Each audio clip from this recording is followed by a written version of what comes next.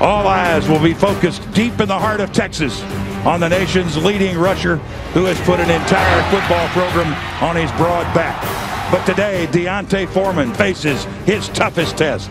Can he run over the Big 12's stingiest defense?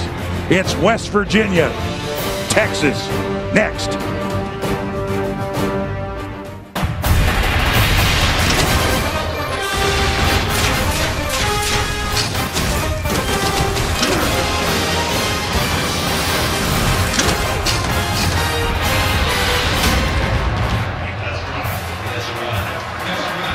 Welcome to Austin, Texas, in DKR Memorial Stadium. The Longhorns ready to take the field. They are unbeaten here this season at 4-0.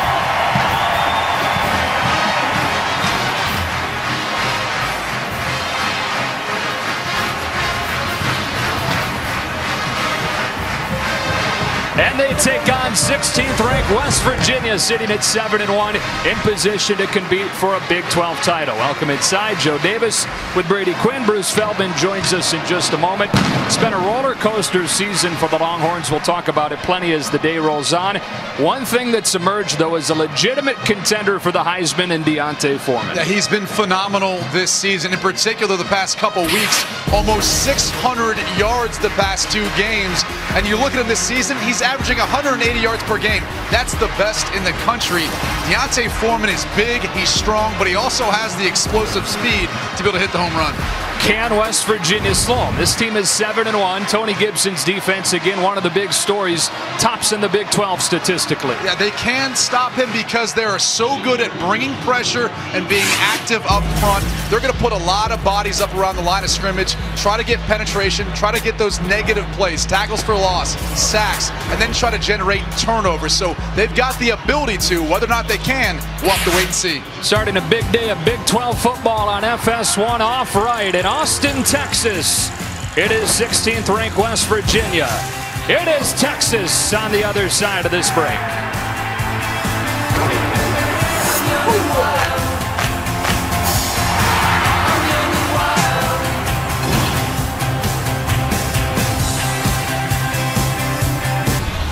Bevo's ready to go for this Big 12 matchup, and so are the teams. This is about a half an hour ago on the field in pregame warm-ups. The team's coming together at midfield. Look at big number 33, D'Onta Foreman, right in the middle of it. That didn't get you jacked up. Maybe Bruce Feldman will. Joe, I spoke to one of the West Virginia coaches about 20 minutes before that skirmish actually happened, and he said one of the last things they showed their players last night were specific examples of opposing players turning down hits to be physical with D'Onta Foreman. They said, we can't be scared of this guy. They said, you know what, we're not going to be, because we got a bunch of tough dudes on our team. All right, Dana Holgerson's team trying to move to 8-1 on the season, 5-1 in the Big 12. And on the other sideline is Charlie Strong, who's in the 3rd year of his 5-year deal. 5-7 last season after 6-7 in his debut season. And the Longhorns right now sitting at 5-4. They have a chance to win 3 in a row for the first time in 2 years. West Virginia, meanwhile, still in the Big 12 title hunt with 3 games left. Texas won the toss. They've elected to receive. Mike Molina to kick it away. Off we go from Austin. Ja'Cory Warwick takes a knee. And Texas will begin at the 25-yard line. 2 touchdowns better than last year in the first year in Sterling Gilbert's system. Yeah, but a lot of it has to do now with their quarterback of the future, Shane Buechele, the true freshman. He has been so poised, so calm in the pocket, has taken care of the football. And, Joe, he's going to have to today because this West Virginia defense brings a lot of pressure, and they capitalize off of it. None better than Rasul Douglas. 5 interceptions on the season. That's the 2nd most in the country. And it is the #1 defense in the Big 12, despite having to replace 8 starters from last year. With that patented 3-3-5. Texas begins with a Buechele run with the attention on Foreman. Buechele gets room, spins his way for a pickup of 8, and it's 2nd down and 2. Clearly, all the emphasis is on D'Onta Foreman in the backfield. That's the guy they want to stop. So they're going to allow Shane Buechele to have some positive plays in the running game. Buechele hands it off to Foreman this time, who's carried it more than 30 times, 3 of the last 4 games. Kind of a throwback in that regard. He's got a first down on his first touch this afternoon. And 60% of the runs are in between the tackles. That's where he makes the majority of his hay, and he gets better as the game goes on. He averages about 6 yards a carry. By the time it comes around to the fourth quarter, it's about 9 yards a carry. Off play action, an open man.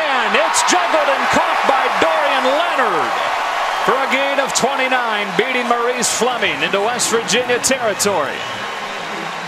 And that's the predicament that you're in if you're West Virginia. Because you want to load the box and stop the run, it leaves you with one-on-one coverage on the outside. The juggle of the snap, so Buechele trying to improvise, and instead will take a loss of 1, 2nd down 11.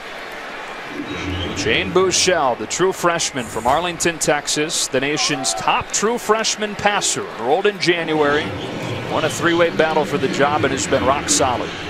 And there's a big difference between a true freshman and a redshirt. You know, he's been able to come in with all the pressure of being the starting quarterback at Texas and do a fantastic job. Ja'Cory Warwick with his first reception. He's got a first down.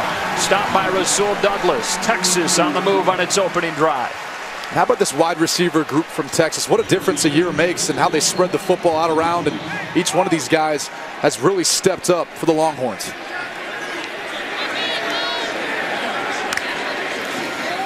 Foreman's second carry. He's got a seam and 7.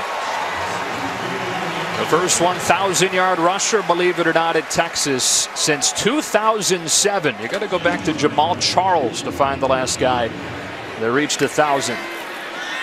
Foreman again. This time he's cut down. Marvin Gross Jr. was outside linebacker spot, and it's 3rd down and short. Well, one guy who's incredibly important to the defensive front of West Virginia who's not in right now is Noble Nwachukwu, number 97. He suffered an injury earlier in the week to his knee during practice. They weren't sure if he was going to be able to go, if he'd be 100%, and he's not in there right now. It's a big loss for the Mountaineers defense. Alex Schreiner, a freshman, in there for him. They feed Foreman for a first down, up to the 12.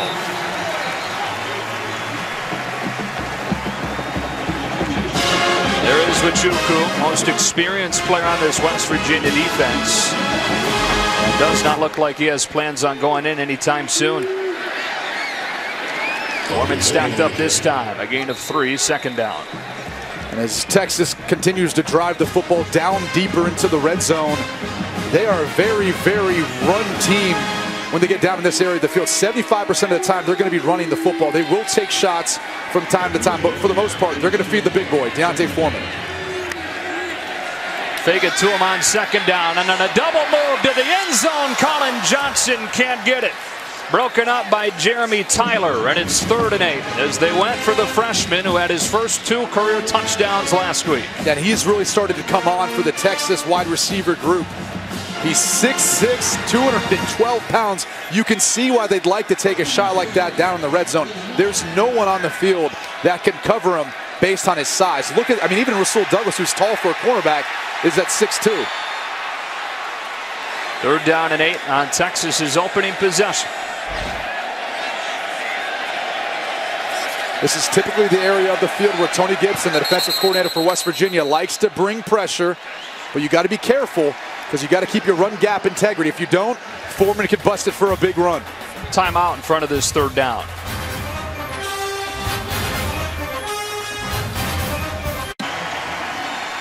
In the middle of that huddle for the Longhorns, first-year OC Sterling Gilbert, who bounced all over the place. They hired him this offseason, and he has changed this offense, speeding things up in a big way. Yeah, former OC at Tulsa, Bowling Green, Eastern Illinois, but you can clearly see the pace that they're playing with now and the way they distribute the football. It makes it incredibly tough to stop. Out of the timeout, 3rd down and 8 from the 10.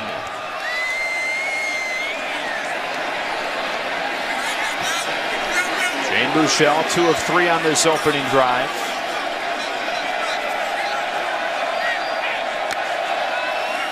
Fakes to Foreman. Into the end zone. Johnson out of bounds. And it's 4th down. Tyler again with the coverage. And the field goal team comes out for the Longhorns. typically that's a situation where West Virginia likes to bring pressure. They elected not to. They played coverage, and they're able to get the stop. Just not enough room, even for a 6'6" guy with a reach like Colin Johnson. And Trent Domain, the LSU transfer. In his first and only season at Texas from 27. It's Texas on the board on its opening drive.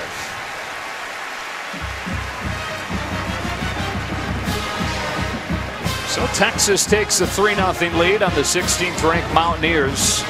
Trying to win a third in a row for the first time since Charlie Strong's first season here in Texas. Sterling Gilbert happy with the first drive as we take a look at today's 4 keys to the game. And for West Virginia, you know, we did their game a couple weeks ago versus Oklahoma State. And they've got to play better complementary football. They turned the football over a number of times, which they can't afford to do today. But also their defense didn't end up getting stopped. Those 17 points that Oklahoma State was able to give was the difference in the game. And for Texas, it's winning the battle up front on both sides of the football. They want to be physical with that running style with Deontay Foreman and to feed him the ball. But on defense as well, West Virginia's very balanced attack. They need to make sure they stop the run and put this game in the hands of Skylar Howard. Gary Jennings back to return this kickoff from Mitchell Becker. West Virginia coming off of a bounce-back win against Kansas last weekend after their first loss against Oklahoma State. Texas, their first road win at Texas Tech in a shootout in Lubbock. Here comes Shelton Gibson. He gets to the 24. And we get our first look at this balanced West Virginia offense you were talking about. It's balanced, but really the guy who's emerged as their leading wide receiver is Dakeil Shorts, both in receptions and yards. And he's actually the guy they target a lot too on third down to continue to move the chains. But the guys who are going to be trying to disrupt that is Anthony Wheeler, Malik Jefferson, the Bash brothers. These guys are all over the field, extremely physical in stopping the run, but also blitzing and trying to put pressure on opposing quarterbacks. 2 of the 9 sophomore starters on this defense. It's been improving since Charlie Strong took over the defensive coordinator duties in early October. They swing it to Kennedy McCoy, and the true freshman has 9 on West Virginia's first play. Finishing 4th, they actually give him enough for a first down. Skylar Howard, the starting quarterback for West Virginia, grew up in Fort Worth, Texas, with bedroom walls painted burnt orange with Longhorns painted up on the wall. McCoy's second touch ends with 4 yards. Malik Jefferson with the tackle.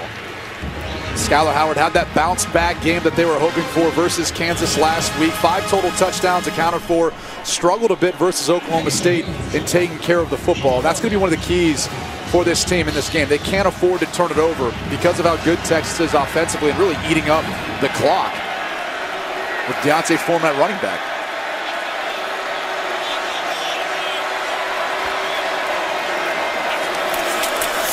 McCoy's toted it on each of the first 3 plays for West Virginia. They are deep at running back, but they are banged up at running back today. Yeah, McCoy gets the start instead of Shell, instead of Crawford. Both of those running backs are banged up. We might see them throughout the course of today's game, but this is the start that West Virginia wanted on offense. They want to provide that running game and that balance, and that's why it was so important for the Texas defense to try to make sure they take control up front and not allow that to happen. But right now, at 3rd and 2, this is the situation that West Virginia wants to be in. It gives them everything still in the playbook.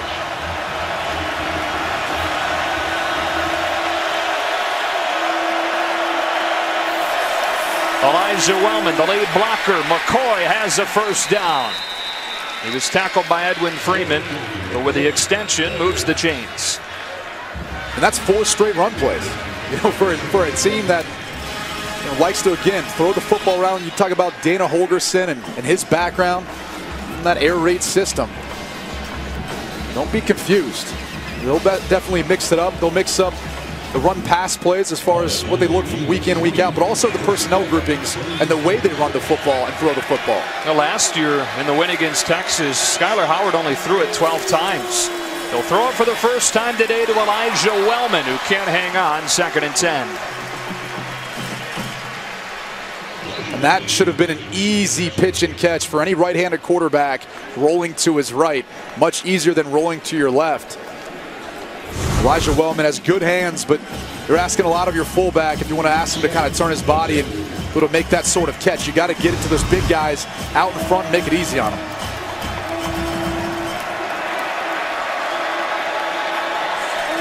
On 2nd and 10, and the speed out to Keel Shorts. You mentioned him leading the team in receiving. If he does, it'll be the 3rd time in the last 4 years that he's done so. It's because they trust him. He's at that Y position where he's going to be in the middle of the field. He's responsible versus hots and sights and route adjustments. McCoy gobbled up at the line of scrimmage. 2nd down 9. Puna Ford with the stop.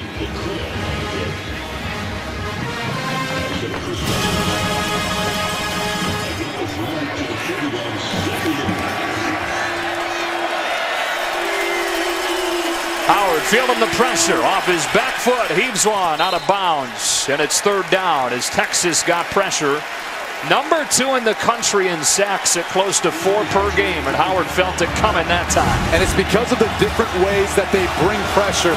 In this case, you see, it's Malik Jefferson finding a way to his quarterback to get a hit on Skylar Howard. They'll mix in all sorts of different pressures throughout the course of the game. That's what's been different since Charlie Strong has taken over calling the defense for Texas.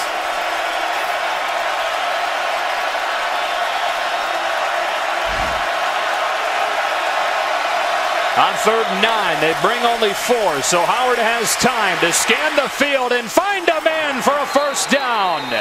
It's Karan White for a 1st down pickup of 15.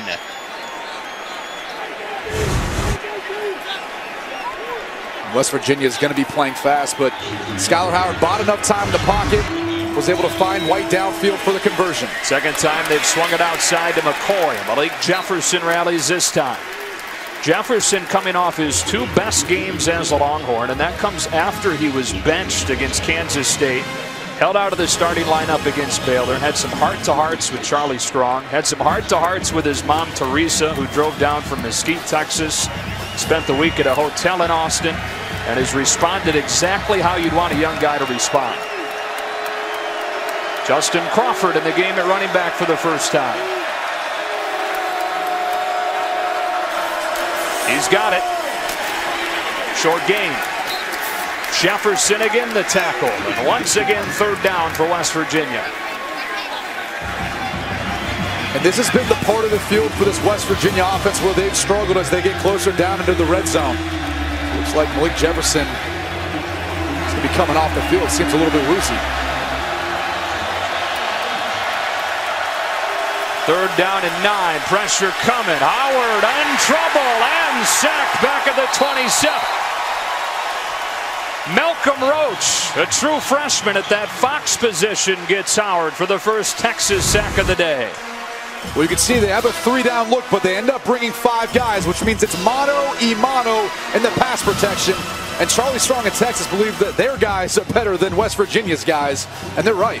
And look, this West Virginia offense has really struggled in the red zone once they've gotten to that portion of the field. 52% touchdown conversion rate. That's the worst in the Big 12. Mike Molina's long is 39 yards. This is from 44.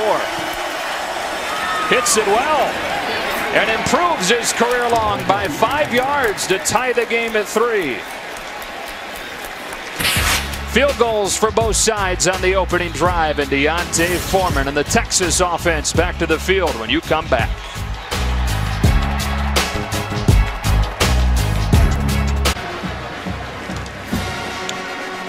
Skylar Howard leads a 13-play scoring drive that ends in Molina's by far career long from 44 yards and 3-3 midway through this 1st quarter. And the interesting thing about that first drive, as we talked about the balance, they ended up having 7 rushing plays, 5 passing. Still seeing that balance from West Virginia, but it was Kennedy McCoy at the running back position because of some of the injuries that they've sustained at the running back position this year, whether it's Russell Shell or Justin Crawford. We saw Crawford for a minute, but it might be McCoy for the majority of the game. And they really don't lose a ton there. McCoy's number 1 in the Big 12, averaging 9 yards per carry. Coming off the best performance of his career. Molina boots it. And it is Ja'Cory Warwick bringing it out from a yard deep.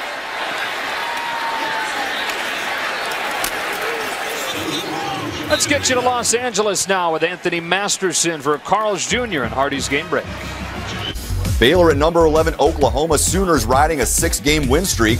Baker Mayfield gets his top 2 running backs back today, but he decides to take it himself for a 15-yard TD run. 7-0 Oklahoma in the first. Joe, Brady. All right, so Oklahoma trying to send Baylor to its 3rd consecutive loss. Texas started that losing streak for them a couple of weeks ago here in Austin. They start this drive with a Foreman run. And not much room there. In fact, the ball came out, and West Virginia has it. It's recovered by Al-Rashid Benton. Was a fumble recovered by the defense. First down, West Virginia. And it appeared to me like Deontay Foreman ran into his own player, and the ball just pops right out.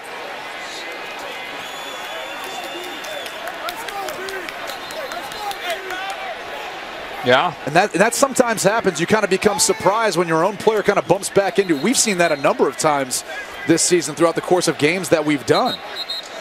So credit the West Virginia defensive front for being able to get that push up front on the Texas offensive line, and Al-Rashid Benton being Johnny on the spot finding the football. West Virginia forced 5 turnovers in the win against Texas last year, and they forced one on Texas's 2nd drive this afternoon. So a first down from the 17, and Justin Crawford, the running back, in there for the Mountaineers.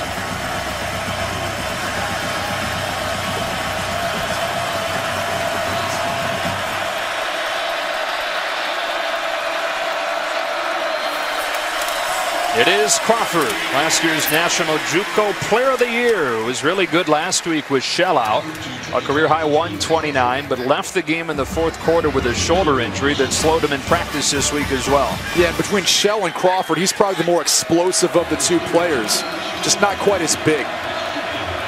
Checks in 6'1", 190. He's got it again here and makes it 3rd down and short. Assuming he holds on to the ball, but it looked like it got ripped out of there by Chris Boyd. He just took it from him. Texas football.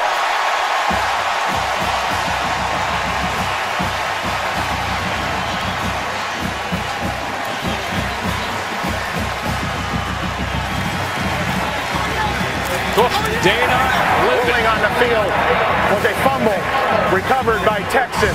First down, Texas. And it's always the guy that you never see. Chris Boyd comes from the outside at the cornerback position and eventually just rips the football out of Justin Crawford's arm. And these struggles continue for West Virginia in the red zone this season.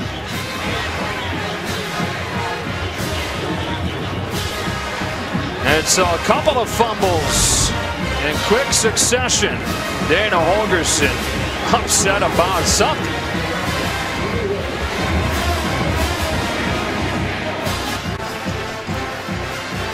FS1 College Football is sponsored by Jared, the Gallery of Jewelry. We look back at that fumble. Yeah, well, you've got 4 guys who are your blockers essentially for Boyd right there. So he's going to be the guy that Justin Crawford has to take on, who's going to be unblocked anyways. He ends up being the guy that comes in and rips the football out.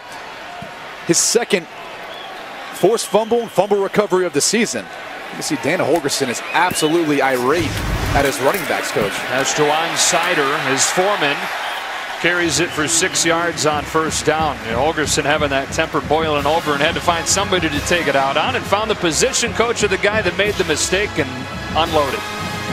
You can't afford to make those sorts of mistakes in the red zone. Usually you're saying we'd rather get touchdowns than field goals, but right there they get nothing. Foreman stacked up. A gain of just 1, and it's 3rd down and 3.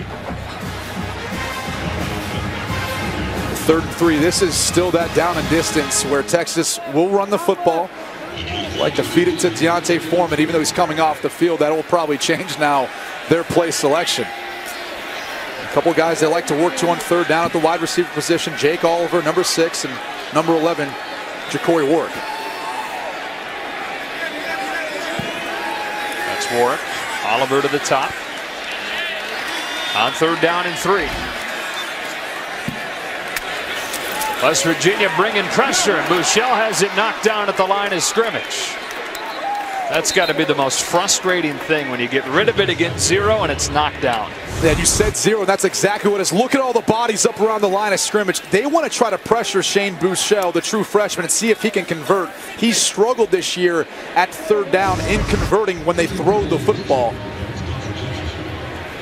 Batted down passes. You know, guys don't hit home, but then you get it batted down. It's incredibly frustrating because you don't know who to blame. You don't know who to put it on. And if you can complete one against that zero blitz, it can go a long way, like Michael Dixon's punt does. Out of bounds at the 35. That is a punt of 50 yards for Dixon. West Virginia's offense back to the field after this. 5 in a row. A lot of people think that they could pull off the upset in Seattle. Texas defense goes back out there, getting a takeaway its last time. 13 over the last 6 games. That corresponds with when Charlie Strong took over for Vance Bedford calling the D. They had just 1 takeaway under Bedford. Kennedy McCoy with a cut in the hole and a hurdle to the 36 for 2. You'll notice that Malik Jefferson was banged up at the end of the last series, walking off the field, going to get evaluated in the locker room. And they've got depth at the linebacker position, but his athleticism, what he brings in the blitz game, it's tough. They're going to miss it. Howard all day to throw. Underneath, a diving catch for Karan White for a first down. He's one of the West Virginia wide receivers that have really developed, has really come along throughout the course of this season, become that viable option a lot of times as a single receiver. Longhorns bringing it this time. It's picked up, so Howard with time to drill one to Gibson. That's a gain of 15 into Texas territory, working against Chris Boyd. Gibson, who averages, what, 20 yards a catch? I mean, it's just ridiculous. He's really their big play wide receiver, especially in this part of the field on go routes downfield. In his career, 22 yards per reception. He's got it again and absorbs a blow from Jason Hall. But hung on to the football right at the first down marker. And Gibson yet to get up. Well, Texas brings a pressure off the edge. So what does that force Skylar Howard to do? He's got to get the ball out to his wide receiver on the side adjustment. Let's take a listen. And unfortunately for Shelton Gibson, in order for Howard to get the ball up over the blitzing cornerback, it had to be a little bit high. I don't know if he necessarily wanted to extend his wide receiver like that and leave him vulnerable for Jason Hall to take the hit that he did. Nonetheless, I mean, he's on scholarship too, you know. He can take those hits. He's tough. Shelton Gibson's a tough guy. You notice Howard was the very first guy over there to make sure that Gibson was doing okay.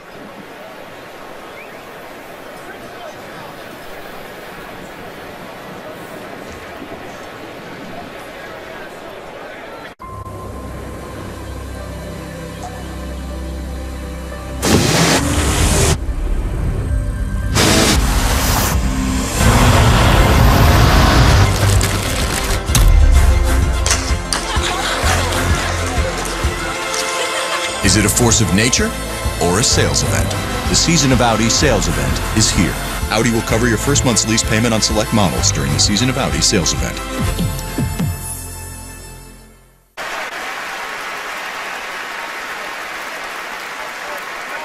Good to see Shelton Gibson's getting back up on his feet. And he's a big-time playmaker. You're looking at his yards per reception, but he also leads the team in touchdown receptions. He's their big play guy that they go to a lot of times downfield, especially in this area of the field. And we had a conversation with him a couple weeks ago when we had him versus Oklahoma State. What did he say to you down the field, Joe? You said, are you going to make a play today for me, Shelton? And he said, I'm going to make too many plays. And he did. He caught a touchdown. Yeah, had a couple big plays. 6th this year.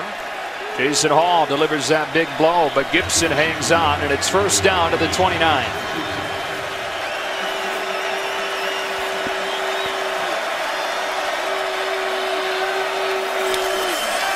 Quickly outside, Javon Durant, ripped down by P.J. Locke. One of the many sophomores on this Texas defense. P.J. Locke immediately identifies they're trying to throw the quick wide receiver screen to the outside, and Dakeil Shorts just doesn't do his job.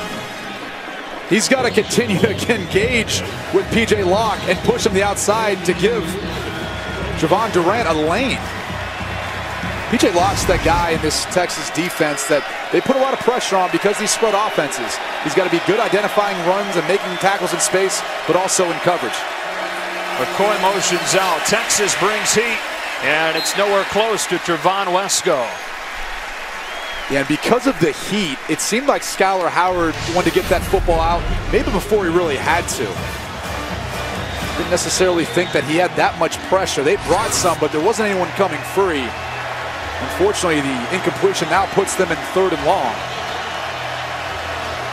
Snapped a string of 4 consecutive completions for Howard. You talked about Molina's long being 44 yards. You wonder if they're short here, if they still go for it on 4th down, if they take a chance at another field goal. That'd be 47 from here. Out of an empty set on 3rd and long. He steps up and throws, and right at the marker, he's got Shorts, who's got a 1st down. Inside the 15, Dakiel Shorts gets 17 yards. And it looked like Jason Hall perhaps got away with a horse collar. And again, Dakiel Shorts is the guy on 3rd down they're going to look to. He's smart, he knows the route adjustments versus the various coverages, and he knows exactly where Skylar Howard wants him to be to make the tough catches. Quarterback draw, Skylar Howard gets 5, and it's 2nd down. Howard said that win last year against Texas, his boyhood favorite team, he even admitted it. It's a little bit more special than any of the others. Not only did Texas not want him out of high school, though, nobody at the FBS level wanted him. So he walked on at Stephen F. Austin, an FCS school. They wanted to move him to running back. So he said, see ya. Went and played JUCO ball. And then Dana Holgerson got his hands on him a couple of years ago.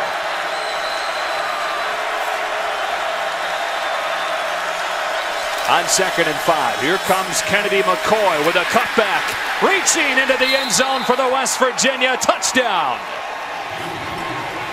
8-yard scoring run for Kennedy McCoy, and West Virginia has its first lead of the afternoon. This is that area of the field where West Virginia likes to run the football. Look at McCoy. It's really the cut right there, vertically upfield, where he gets behind his blockers, in particular right guard Kyle Bosch, who helped finish off in the Texas secondary to get McCoy into the end zone. And the true freshman out of Lexington, North Carolina, has his first career rushing touchdown.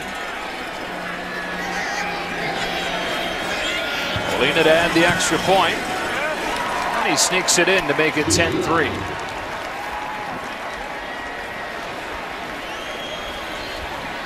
This is what the West Virginia offense has really needed to do. I mentioned earlier, they've struggled in the red zone this year, converting a lot of their drives into touchdowns instead of field goals. They've actually been the worst in the Big 12 in that category, only converting 52.5% of their trips down there. So, you saw the frustration from Dana Holgerson earlier.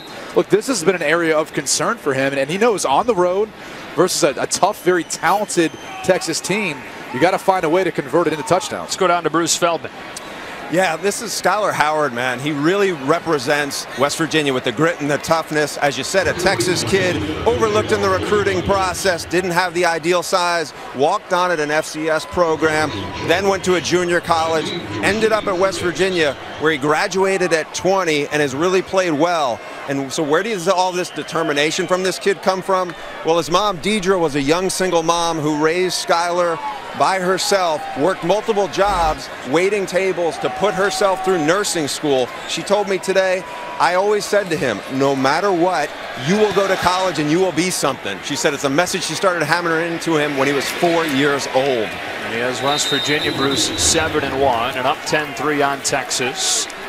And the other end of that spectrum is the highly recruited Shane Buechele.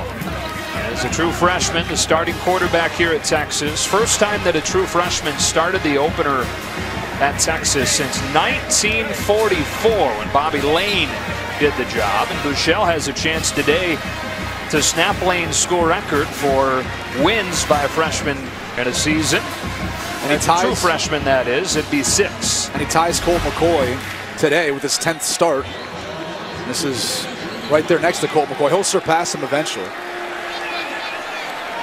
Drive begins at the 25-yard line. Deontay Foreman sneaks his way through. And a shoestring tackle by Rasul Douglas keeps him from taking off for more than the 22 that he gets. That's the hard part about trying to stop D'Onta Foreman.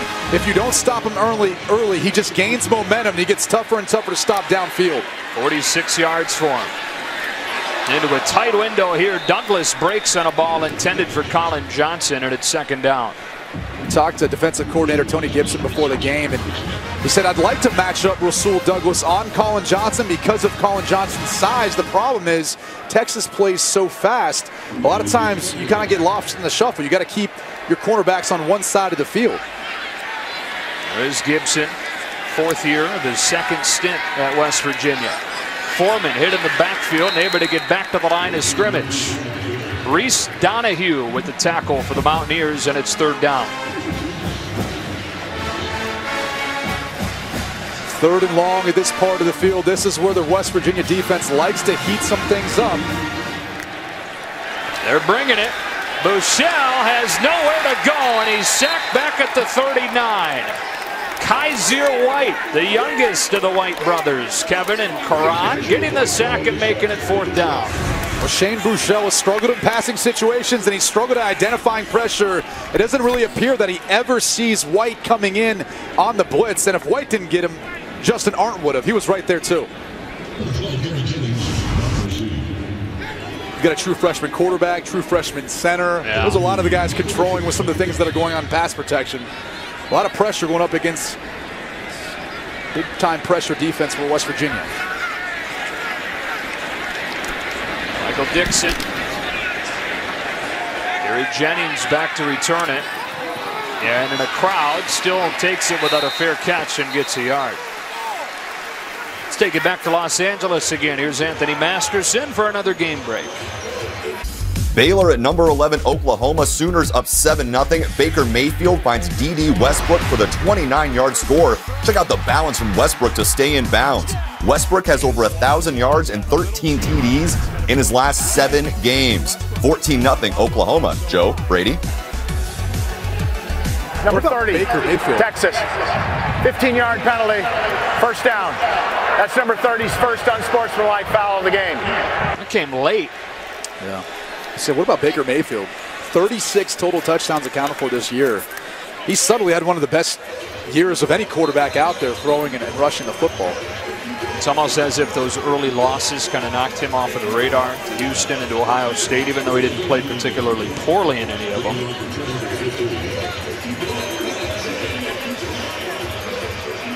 Talked about the youth for Texas on offense with a true freshman quarterback, true freshman center, but on the flip side, you look at the West Virginia offensive line in particular. Tyler Orlowski, number 65, his 38th career start today. A leader up front, fifth-year senior out of Cleveland, Ohio. Does a tremendous job making sure West Virginia's always in the right looks, right play. First down run for Kennedy McCoy, who's got room on the edge. And a first down with a flag down as he rumbles for 17. Flag came flying way back from the 50-yard line. I think they're going to try to get Karan White for a block in the back.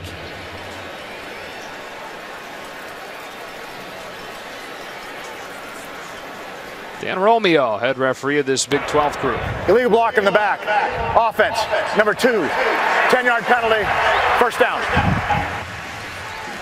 These Texas cornerbacks are very aggressive, trying to come up to stop the run. I mean, you can see right there, John Bonney was just able to get inside of White before the play was really even snapped. He couldn't do much else, but try to get in his way. So in the final seconds of this first quarter, first down and 18 for West Virginia.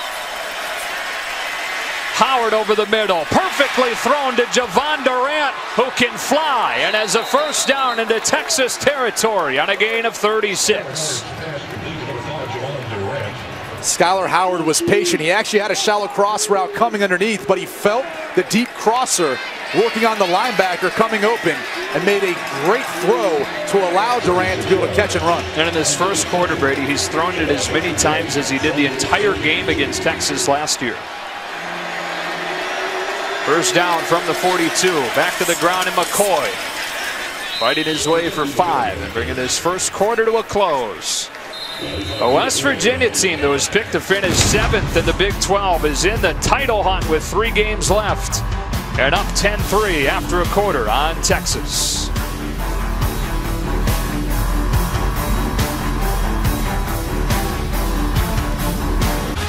Joe Davis, Brady Quinn, Bruce Feldman back here in Austin, Texas, ready to begin the second quarter on a perfect day for football. We were talking with Charlie Strong kind of about, taking on Dana Holgorsen and kind of the X's and O's of the game and how long it takes you to feel out the coach and his style at the beginning of a game. And Charlie Strong was saying, well, it's pretty tough versus Dana because he throws so many different personnel groupings at you. They're incredibly balanced.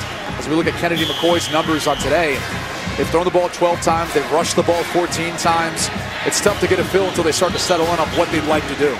McCoy already with a touchdown run. He's handling most of the load for West Virginia, with Shell and Crawford both dealing with injuries. He's got it here on a swing. Wheeler tries to run him down. Can't get a hold of him. First down, West Virginia to the 26. Watch the West Virginia offensive line execute these cut blocks. Look at all these guys. This is the last thing you want as a defensive lineman. When the offensive line comes down at their feet, chops them down, makes it hard for them to get back up and react to the football.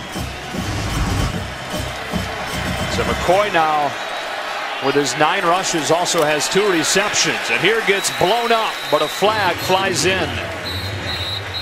Edwin Freeman leading the charge on defense for Texas. They're going to get a hold here. You'd have to think so because the blitz came so quick at the snap of the football. Normally, if there's a hold, you see a little better result on the play. One of the advantages the defense has, being at home, trying to time up that snap count. Holding. Offense, number 57. That penalty is declined. Second down. Let's check in with Bruce. Yeah, Joe, we were talking about Kennedy McCoy. He's been a very pleasant surprise. West Virginia coaches beat Louisville to get him, and they compare him to Wendell Smallwood, a terrific running back there. They said he's faster than you think because he's kind of long, but he has great vision, great patience, may have more potential than the other 2 running backs here. Smallwood now up with the Philadelphia Eagles has done a nice job for them. Second down, 13. Texas bringing 5. It's picked up. Howard with time. Wants White in the end zone. He got shoved and still caught it. Touchdown, West Virginia. Karan White over Chris Boyd for his 3rd touchdown of the season.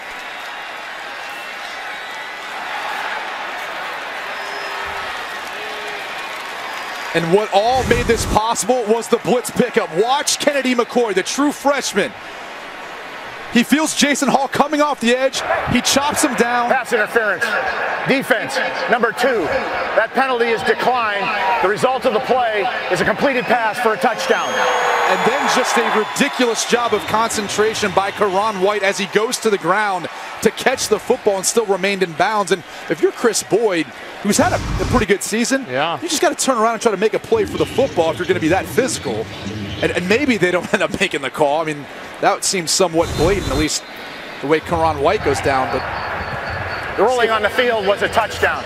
The previous play is now under further review. So they will take a little bit more time to take a look at this. I mean, and I don't see anything there that would be indisputable evidence to overturn this call.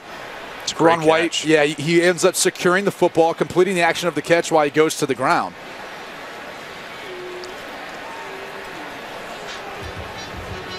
And if you think about it, without the turnover by Justin Crawford earlier, I mean, this game could look a little bit more out of hand. And they already do confirm the touchdown. So a touchdown throw for Skyler Howard, hitting Karan White over Chris Boyd. West Virginia has scored 16 unanswered.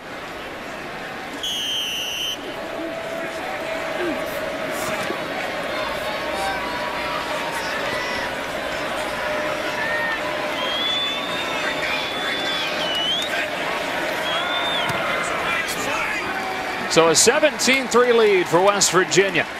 And Karan White, Kevin's little brother, they think has a ton of potential. Waiting for him to break out, making a fantastic grab. Howard with a touchdown throw. Austin, Texas. So much to see here. You got the bats under the Congress Avenue Bridge. It's considered the live music capital of the world. You always got to try and stop at Franklin Barbecue here in Austin. For the Continental Club, it's kind of one of the places to go around here for some live music. Like Taxi Driver last night tells us. I may have to check it out later today. The 6-play, 70-yard scoring drive. Skylar Howard was perfect on that drive, and West Virginia has a 17-3 lead. Brandon Jones and Corey Ward, Backer, Texas.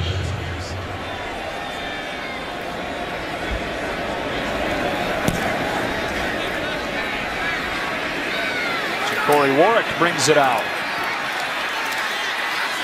Warwick to the sideline and takes it back to the 24. Well, Texas on that opening drive was really impressive. Marched it down the field, got the field goal, but fumbled on the next drive and a couple of quick punts.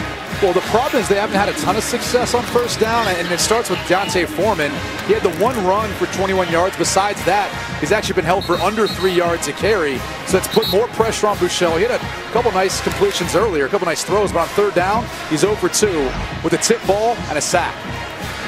And Foreman will rest to begin this drive. Kyle Porter comes in, a true freshman running back from Katy, Texas, who had his career best game against Texas Tech last week.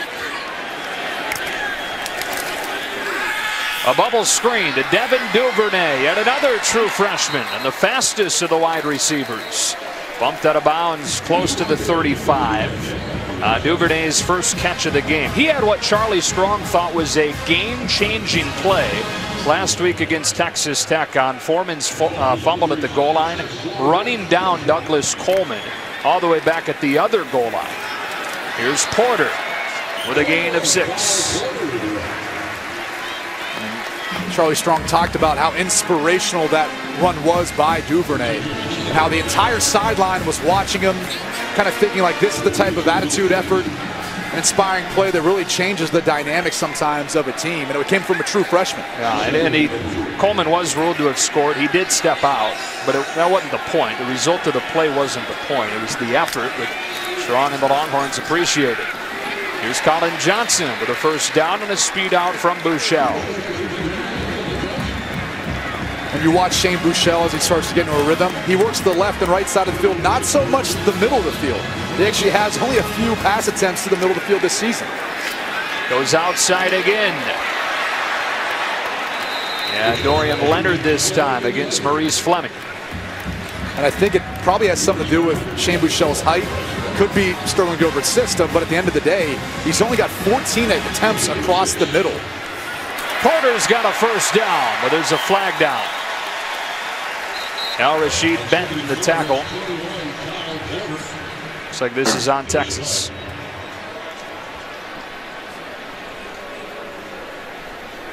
One of the things that Tony Gibson told us West Virginia was going to do up front to try to stop the run game and get some penetration.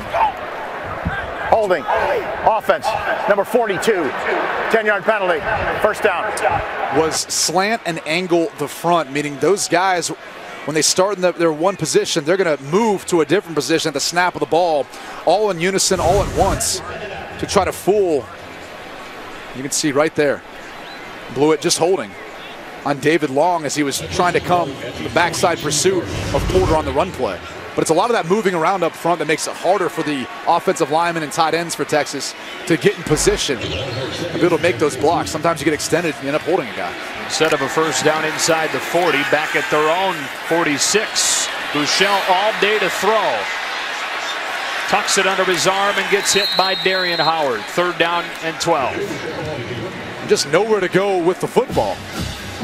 Tremendous job by the West Virginia secondary. Buechele starts to scramble around and look around. There was just nowhere to go. There's the other side of the field, the bottom side. Again, flooded with West Virginia defensive backs. No one there.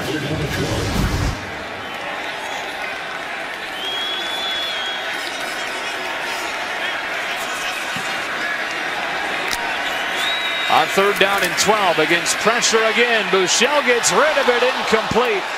Colin Johnson had leaked open, but the pressure made it a difficult throw, and it's 4th down. Tony Gibson continues to keep heating up Texas on 3rd down. That's his MO. Watch the cross dog that they bring with their middle linebackers. And they don't initially hit home, but eventually he feels the pressure from Kaiser White. And just not enough time for Shane Buechele to hold on to the football and deliver an accurate throw. Buechele now 5 of 10 without a completion on 3rd down. Gary Jennings loses yardage. West Virginia, one of the worst punt return teams in the country. And the Mountaineers will begin the next. The UFC's legendary New York debut begins on FS1 with the biggest prelims card in UFC history. UFC 205 prelims live from Madison Square Garden tonight at 7 Eastern, only on FS1. So West Virginia's defense has stepped things up against Shane Buechele in Texas. They drove it down the field for a field goal to begin the game. But since then, a fumble on the first play of a drive and 3 consecutive punts. And again, credit the pressure that West Virginia brings. And when they don't bring pressure, their secondary has done a good job of holding up on the back end in coverage. Defensively for Texas, still no Malik Jefferson out there, who went back to the locker room with some kind of injury early on. Kennedy McCoy on 1st down, tackled by Tim Cole, one of the senior leaders of this very young defense. A gain of 4, 2nd and 6. Tim Cole in for the injured Malik Jefferson. And we talked to Charlie Strong about him. He said, you know, there's not a ton of drop off when you look at the 2 players. He still has that size and that ability to run sideline to sideline. But Malik Jefferson's just a little bit better than the blitz as far as getting after opposing quarterbacks. McCoy again bouncing outside. Freeman combining with Locke to make it 3rd and 3. You get the feeling that Texas could really use a stop in the context of the bigger picture of this game. Skylar Howard's been great against pressure this year, but he's also been good on 3rd down today. He's 2 for 2 so far on 33 yards. The senior's able to handle some of that pressure a little bit better. Horn showing pressure. Probably checking out of it now.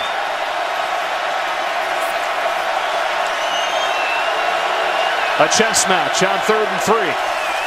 A run play, a 1st down for Kennedy McCoy, surging behind that offensive line. Breckenhager the tackle, but a gain of 5 for McCoy. We talked about it. They showed pressure initially, and then they put up their arms almost as if they're running a 2 Tampa. There's the pressure look. Now West Virginia's saying, all right, we're going to change our play. Well, West Virginia knows Texas is going to go back into a soft zone coverage. They've got the numbers count to run the football and pick up the 1st down. That was their check. West Virginia known for its balance. And balance so far, 18 runs, 14 passes. 1st down and 10 from the 27. Howard fakes the quick throw. He'll run it and get 5. Edwin Freeman the tackle, 2nd down. It's good Howard picked to run to the right because Texas brought a blitz off the opposite edge. I believe it was Jason Hall who was trying to chase down Howard. He was able to get upfield with a positive gain. On 2nd and 5, pressure picked up. Howard zips one, short drops it. And before this 3rd down play, we check in with Bruce. Yeah, Joe, bad news for Texas. I'm being told that Malik Jefferson has been evaluated for a head injury. He is not expected to be back in the rest of the game. All right. That is one of their top players. West Virginia on 3rd down, incomplete, back-to-back drops. One from Shorts, one from Gibson, and it's 4th down. And good ball. At that point, I mean, you got to find a way of bringing that football. It's 3rd down. It's going to be a contested catch. It's going to be tight coverage.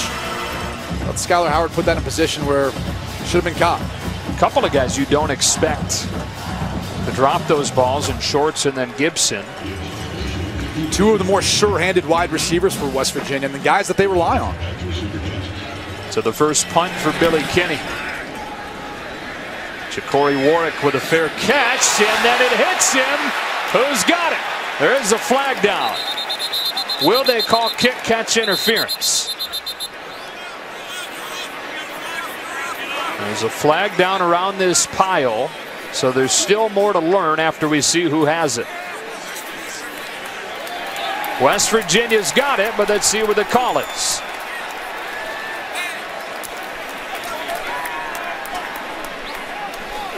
Marvin Jones, the man that hopped on it. Dan Romeo will make the call.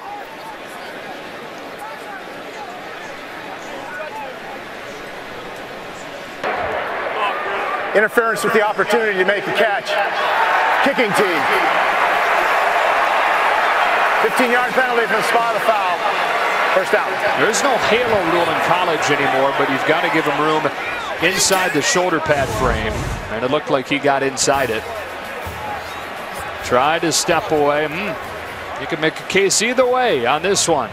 And Texas dodges a bullet, and we'll have it down 2 scores on the other side of this break.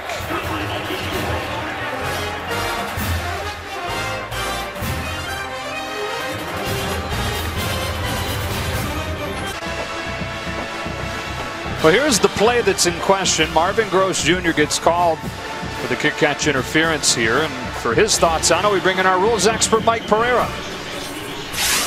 Yeah, we like the call here, Joe, because he was within a yard directly in front, then crossed over to the side, but the receiver gets a clear path to the ball. And if you get within a yard in front at all during that move to the ball, it's actually interference. All right, Mike, we appreciate clearing it up, and so it is the right call. And Texas begins the drive at the 42-yard line. Deontay Foreman back in the game, taking the fake. And they go to the outside for a first down gain of 8 to Dorian Leonard. Shane Buechele just 6 of 11.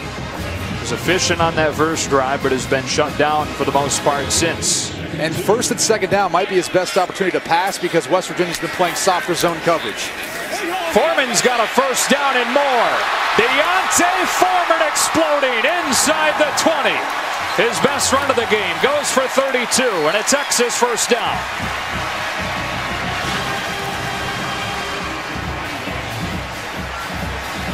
"78 yards already for the Heisman candidate.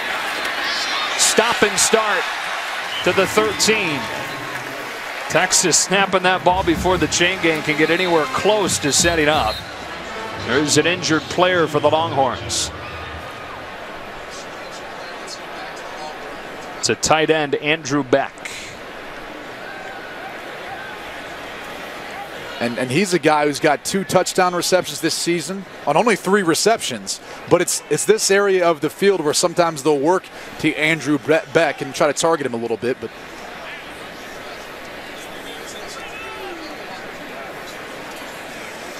Deontay Foreman now starting to kind of get some momentum. 12 carries for 82 yards so far in this game. And let's take a look at that last run. It was a 32-yard run, but the thing is, he's got such good vision. He sees that backside cut. He has a feel for the blocking scheme that Sterling Gilbert has presented to the Texas offense this year. He's got the top end speed. You know, we had a chance to sit down and talk with him. He said, after practice, I've been running 100s to try to work on that speed endurance. He said, my buddy Ricky Williams, you know, former Heisman Trophy winner, that was what he kind of mentored and told him. Pretty good source to get some advice from. They talk after every game. Foreman admits that he's become kind of an historian when it comes to Texas running backs history. Outside they go on second down, and spinning his way is Colin Johnson. Hold on tight to that football with those West Virginia hands reaching in there trying to dig it out. 3rd and 2. There's Ricky Williams honored in here. 3rd down's been the area where really Shane Buechele has struggled all season. Not necessarily in this down and distance. It's been more 8+ passing situations. They'll run the football here.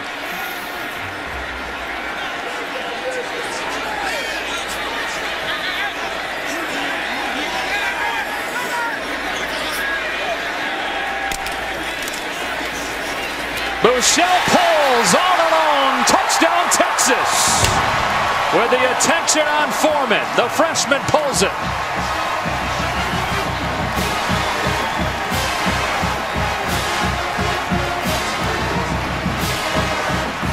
I mean, what are you going to do? Well, Tony Gibson might be a little bit beside himself because he had a pressure dialed up. You can see all the bodies around the line of scrimmage, and once Texas looked to the sidelines, they changed their coverage. They didn't bring the pressure. They played a softer zone coverage. You can see how they shift over the linebackers as well. And then Shane Buechele takes advantage of the fact that all eyes are on D'Onta Foreman. Domain with the extra point. Texas cuts the deficit in half with Shane Buechele's second career rushing touchdown. It's a 7-point game in the second quarter. Back to Austin in just a moment.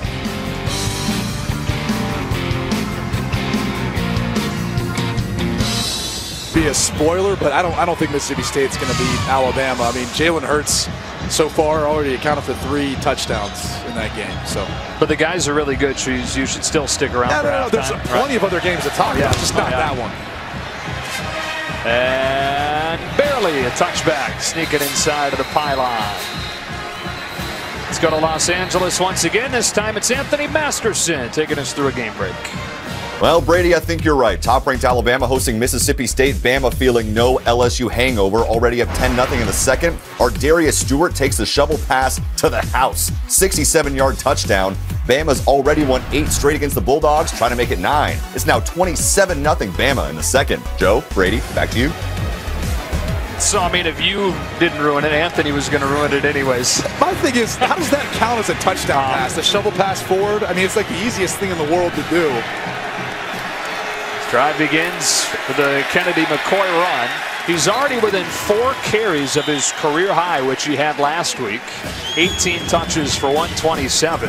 But it does not at this point look like Russell Shell will play.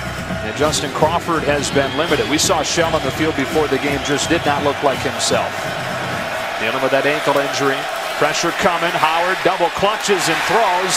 That's the 4th West Virginia drop of this first half. This one from Javon Durant, 3rd and 9. I actually thought this was a good throw and a good ball. Watch him kind of sidearm this thing off his back foot.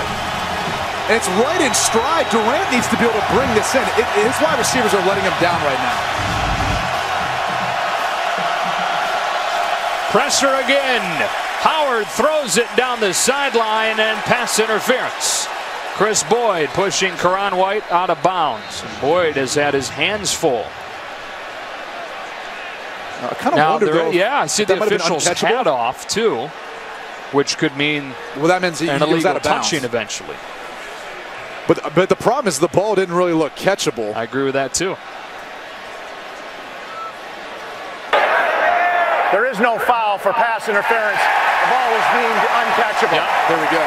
But, you know, to go back to the last play, just the decision by Charlie Strong, we talked about this attitude now and the aggressiveness that his defense has.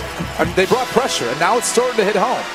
Skylar Howard has been one of the better quarterbacks, actually, against the blitz this year. He's a little bit better than 50% passing, but he's got 5 touchdowns and no interceptions. So he's usually done a good job of taking the care of the football, and that time he was a little bit maybe too conservative. Didn't give White a chance. Billy Kinney to punt. Ja'Cory Warwick, a flag down as Warwick retreats and takes a fair catch on a 50-yarder from Kinney. But there is a flag down that went flying as soon as that ball was snapped.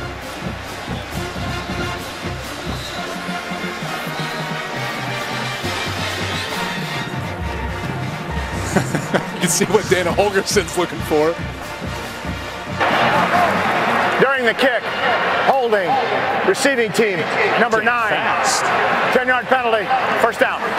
So Texas defense gets another stop, and it's a defense that was really bad over the first month of the season or so. Vance Bedford, the D coordinator at that point, he's moved to exclusively coaching DBs. Charlie Strong has taken over calling the defense, and you see the improvements after what was another bad game in his first game as the DC against Oklahoma. They've gotten progressively better. And better really getting sacks. Those are the negative plays that you're looking for. You put pressure on opposing quarterbacks, and typically you gain turnovers. And that's the biggest thing that Charlie Strong talked about, was limiting West Virginia's possessions. Being able to get turnovers, being able to get the ball back into his running back's hand in D'Onta Foreman. And here is D'Onta Foreman with a hole off the right side for a gain of 8 or 9. Stopped by Darian Howard. And it's 2nd and short. On the right side of that offensive line is led by right guard, the senior, Kent Perkins. The big guy, 6'5", 320 pounds. Helps pave the way for D'Onta Foreman. He's now at 90 yards total. Has a first down to the 26. David Long makes the tackle on the junior from Texas City, Texas, who is not highly recruited. It was his brother, Amani Foreman, the leading receiver for the Longhorns that everybody wanted. Charlie Strong said he went to go be with Amani Foreman. Amani was late. He kind of sat down with D'Onta and he said to himself, you know what, this guy's going to be a really special player. You could just kind of get that feeling when you're around him. Buechele keeping it again, and with the eyes of West Virginia squarely on Foreman, Buechele several times has taken advantage. Look how sneaky Buechele is with the football. Something they drill, but the little zone read fake. He uses the football, almost persuade the defense that Foreman's got it. Pulls it back across his body. You know, he's got 18 yards rushing so far today. Maybe more than that if you take out the sack. 2nd and 4. You might be wondering why it's spotted where it is. When a quarterback goes into a feet-first slide, the ball is spotted where that slide began.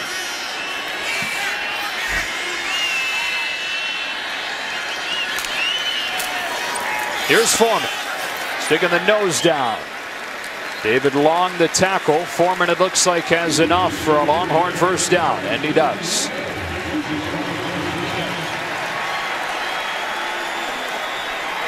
Now 98 yards, too short of his 11th consecutive 100-yard rushing game. Buechele off play action, has a gain of 7. Gerard Hurd, last year's starting quarterback, with his first reception in a couple of games. Just so athletic, and that's why he's been able to make the adjustment to wide receiver. Here's Foreman. That's a first down, and over 100 yards again.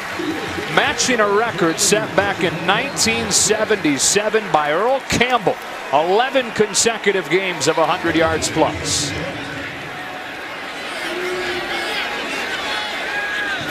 He's done it on 16 carries. And still more than a half left in this game. On first down from the 48, Buechele looking short. Sideline and incomplete. Pass interference. Hurd, the intended receiver. White, the guilty party. Looked like Kaiser White may have got there just a half second too early. Pass interference. Defense, number 18. Penalty enforced at spot of the foul. First down. He corrected it to number 8. It wasn't number 18. I don't believe there's even an 18 on the field right now for West Virginia, but Kaiser White, he's locked on the whole time. He's just there with too much. He's too physical with him. He's got his arm wrapped around his body. Buechele, and oh my goodness, it was almost caught by like 4 different players. Long was there, Arndt was there, a couple of Texas receivers were there, and somehow nobody caught it. Really, it's Maurice Fleming. Watch the job that he does. Reroute on the outside wide receiver, getting his eyes back on Shane Buechele, and almost coming back in for the interception. So 2nd and 10. Might have seen a moment ago Dana Holgerson arguing that that throw is tipped on the pass interference call. If in fact it was, make the case that should have been waved off. The call stood, and now it's 2nd and 10. And now West Virginia brings pressure. The Buechele beats with a perfect throw to Jake Oliver. 0 catches his first 2 years. That's his 24th here as a junior. Coaching staff talked about Jake Oliver, the fact that they felt like they could really rely on him. He's kind of the other guy besides Ja'Cory Warwick that they like to work to at times on 3rd down. Play those inside wide receivers. They've got to be good with route adjustments, good with understanding when they need to turn around for the football when teams bring pressure, which is oh so important today versus West Virginia. 3rd down and 3. A lot of bigger bodies inside. Running behind him. Foreman tripped up at the line of scrimmage and is short by less than a yard. Al-Rashid Benton was in there, along with the entire defensive line. And the offense will stay out there. When you've got a 250-pounder running back, why not? But a timeout for Tony Gibson in West Virginia before the snap. Prior to the snap, timeout, West Virginia. 30-second timeout. Back for 4th and short in 30 seconds.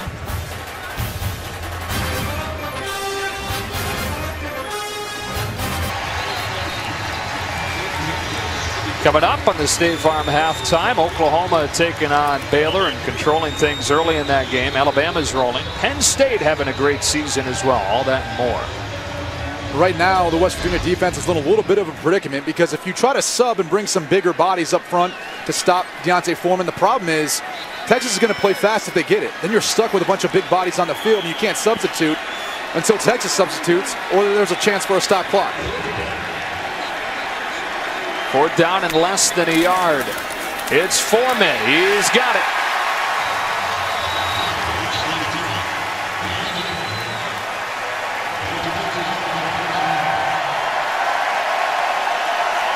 So tough to stop.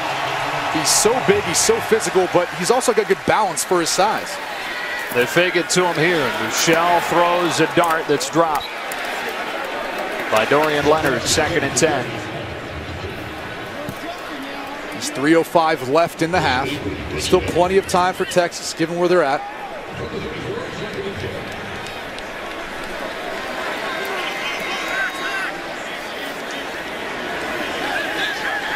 Look for a possible shot at some point to Colin Johnson, 6'6" wide receiver.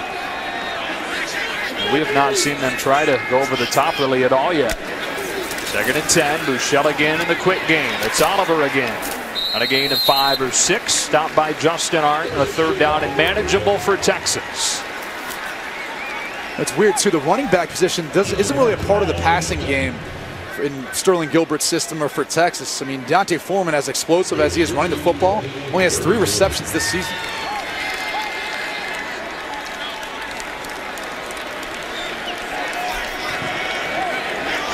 One-on-one coverage on the outside. So that box is loaded up. Another speed out. Oliver shut down 3 yards short by Jeremy Tyler. A decision time for Charlie Strong on 4th and a long 2.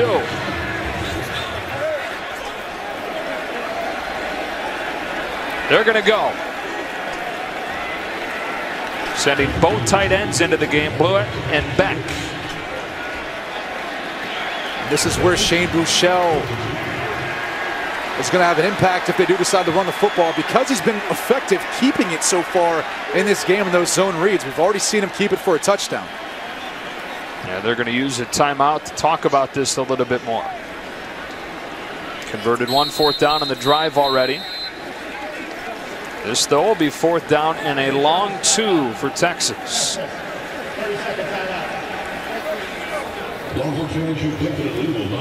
So Charlie Strong here in his 3rd season as the head coach after his time at Louisville. 6 and 7 in his 1st season. They rallied late to get to a bowl game, but lost that bowl game to Arkansas. Then last year, 5 and 7. The first time they'd had back-to-back losing seasons at Texas since the late 80s. 5 and 4 this year, a 2-0 start, but then lost 4 of 5. Little bit of momentum going again, though, trying to win 3 in a row for the first time in 2 seasons today. Bruce? Yeah, Joe. All the speculation earlier in the year was that Texas was going to pull the plug on Charlie at the end of the season. But this young team, the way they battled, got their first big road win last week at Texas Tech, showed a lot of resolve.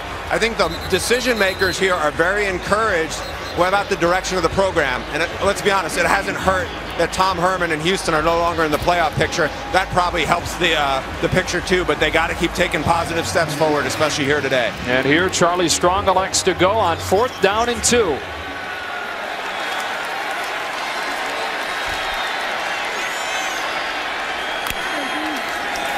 Foreman straight ahead. It looks like he's got it. 2nd 4th down conversion on the drive for Texas.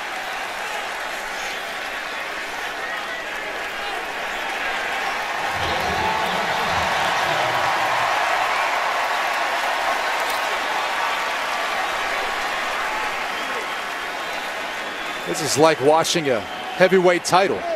Run the ball, body blow, body blow. Eventually it's going to take its effect on the West Virginia defense.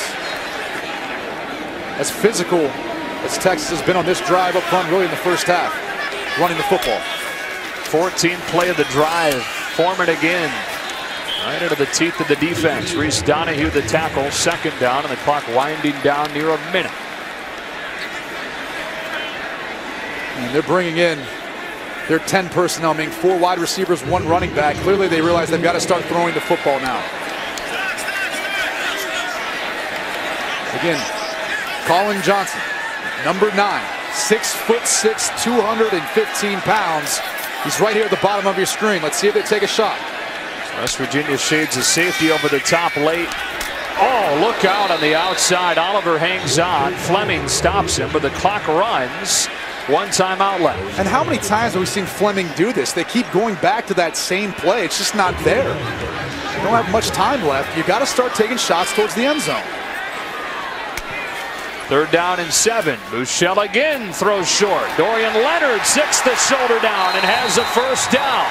Stays in bounds. 1st and 10 from the 11. Still got 1 timeout left. They're going to clock it here to preserve that timeout.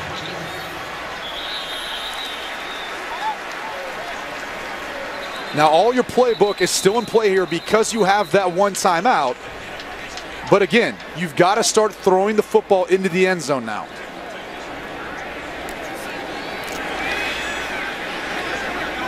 Buechele 13 of 20 for 104 yards. He still has not taken any shots downfield.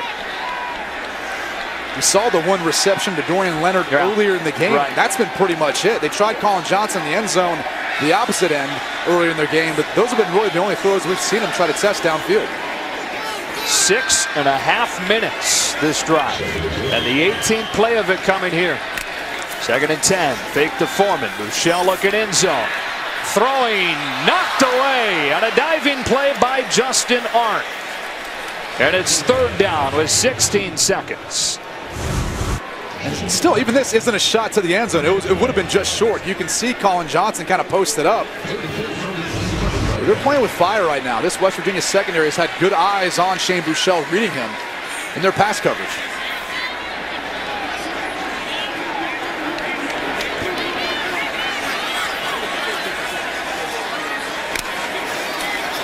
On 3rd down, Buechele throwing. Hurd has it, but he's a yard short. It's 4th down and 1, and you've got to use your last timeout. So you've converted 4th down twice. You've gone all this way. Now you've got it 4th down and 1 from the 2. You've got really 1 play. You kicking or are you going for it again? I think you've got to kick it. The only hard part about that is it's kind of a tough angle. Because you're so close, and in college the hashes are so wide, your kicker has a bit of a tough angle to get it up and through. Now you can go for it here. They reset 4 seconds, by the way. The clock is at 9. But the problem is it's 4th down. Exactly. So you could try to take a shot in the end zone. If you don't get it, West Virginia gets the football, and that's the end of the story. So I would take the points. That might sound conservative to some Texas fans out there, but it's too early in the game to start chasing. You don't need to. You put yourself within 4 points, 1 score, still have an opportunity. That would be the safer play, and you never know. You go for it here, you don't get it. All of a sudden, that could come to bite you at the end of the game. And they will send the field goal team out. The 22nd play of this drive that began with around 7 minutes left in the half. And Trent Domain, 19 yards.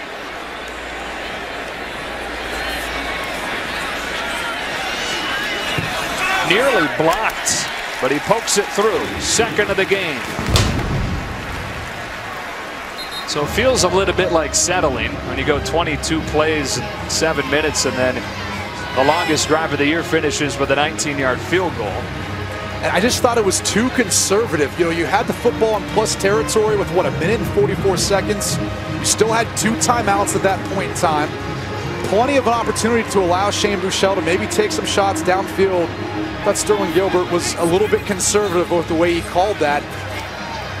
He left some opportunities out there. You look at these wide receivers for Texas, we saw them before the game.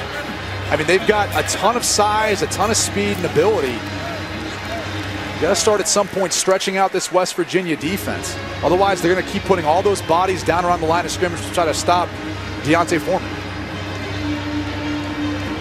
Foreman 114 yards during the first half. Buechele 14 of 22 for 113.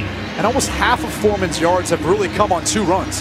He had a 32-yarder and a 21-yarder. And that's where he's got the majority of his production from. And he'll squib it. Bouncing dangerously to Shelton Gibson to the 21. A flag down. And the clock runs out. Texas will likely decline this penalty, and that would end the half.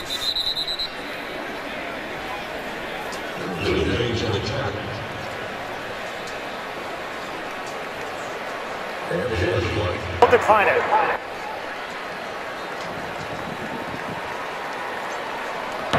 Holding. Receiving team, number 14. That penalty is declined. Half is over. Let's go down to Bruce Feldman. Dana, you guys had a bunch of drop passes. You still have the lead. What did you think about how Skyler played in the first half? Oh, I think Skyler's been fine. You know, we're doing a good job of protecting him in the pocket. He's sitting in there pretty good throwing the ball. Had a great first quarter. The second quarter was bad. We've, like you said, 3 drop passes. We've dropped 3 interceptions as well. So, geez, if we learn how to catch the ball, we might be all right. You guys held them to 1 touchdown on offense. How concerned are you about your defense holding up against Foreman in the second half? Our guys are going to fight hard, but they're deeper than we are.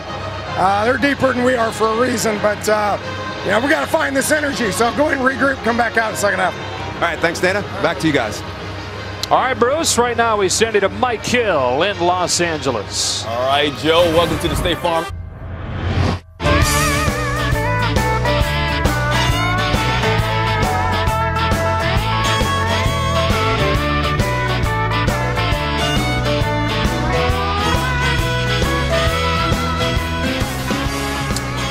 Back here in Austin, Texas, ready for the second half to begin. It's 17-13 West Virginia. They had a 17-3 lead, and then Texas able to battle back, score 10 late to cut it to 4. Joe Davis, Brady Quinn, Bruce Feldman. How about Skyler Howard in that first half leading the charge for West Virginia? He's done well. You know, 11 for 18 so far in the first half. He's got a touchdown pass, no interceptions. But in particular, it's been third down. You know, they've been 4 for 7 on third down. He's handled the pressure well. In particular, the touchdown pass to Karan Wright was actually versus pressure. So he's done a good job of taking care of the football, something that he didn't do a good job of 2 weeks ago versus Oklahoma State. And for Texas, it's been D'Onta Foreman, their Heisman candidate, running the football over 100 yards so far today. He's been fantastic, and he's been physical. And you got to wonder at some point, Joe, if he's going to be wearing down this West Virginia defense. They're already without their starting defensive end, Noble Wachuku. How much depth do they have? And see him get some love there from Earl Campbell in the golf cart. Yeah, the guy that he matched with the 11th consecutive 100-yard rushing game. He's already got that. 20 carries for 114. There are your total stats during the first half as these two teams meet up for only the 6th time. Met back in the 1950s, and now meeting for the 5th time as members of the Big 12.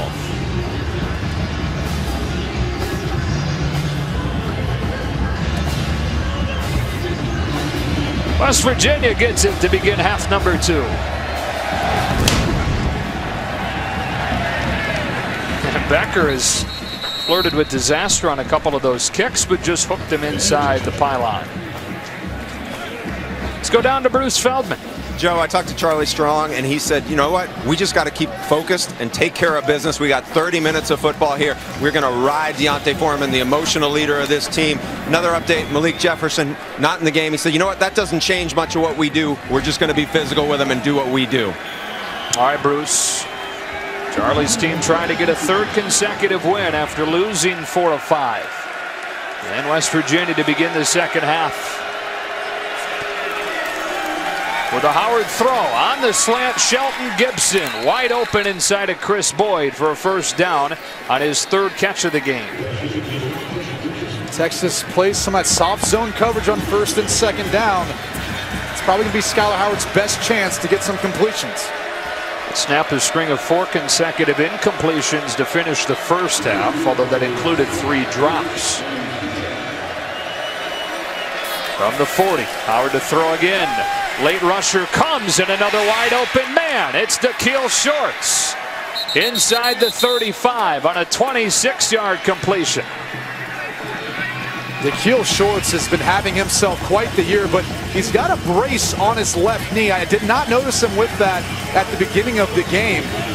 Obviously not affecting him that much, but obviously something occurred there in the first half. 3 straight passes for Howard. This one dangerous and picked off. P.J. Locke.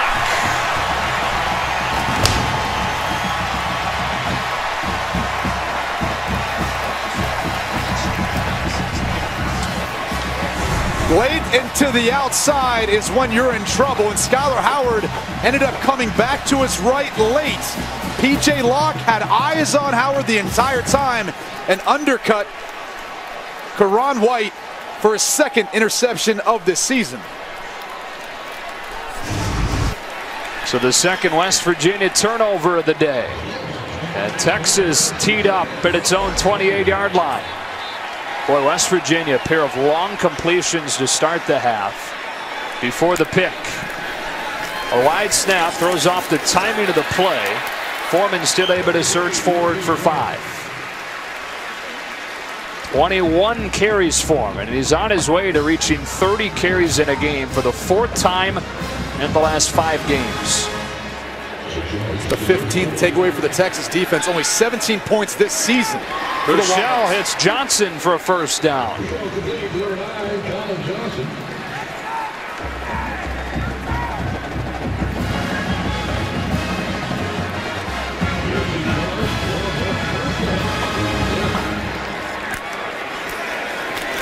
He'll throw again. Deep ball down the sideline. John Bird can't get there. A lot of contact with Maurice Fleming, but no flags. Bushell started off strong, being able to hit some of those plus 10-yard throws, stretching the field a little bit, but cooled off there in the 2nd quarter. And let's see, it's now his 12th completion. Throws downfield.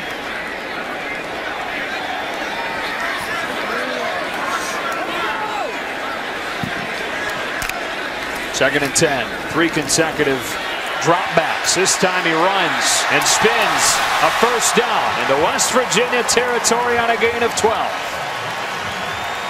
It's been the X factor for the Texas offense. It's been Bushell running the football, keeping it on zone reads, but right there, finding space to be able to scramble for the first down.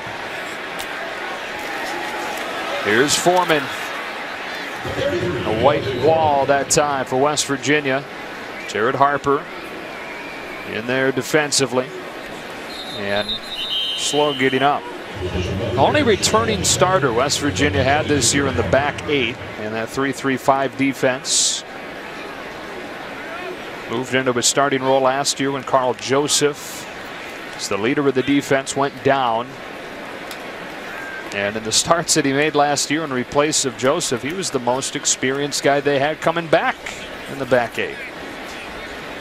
Still, though, the #1 defense in the conference with everything they had to replace.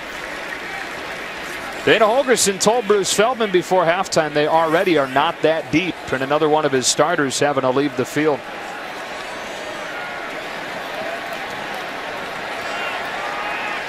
Natsi Noble-Wachukwu, best player up front for them, injured in practice this week. Now Harper leaves.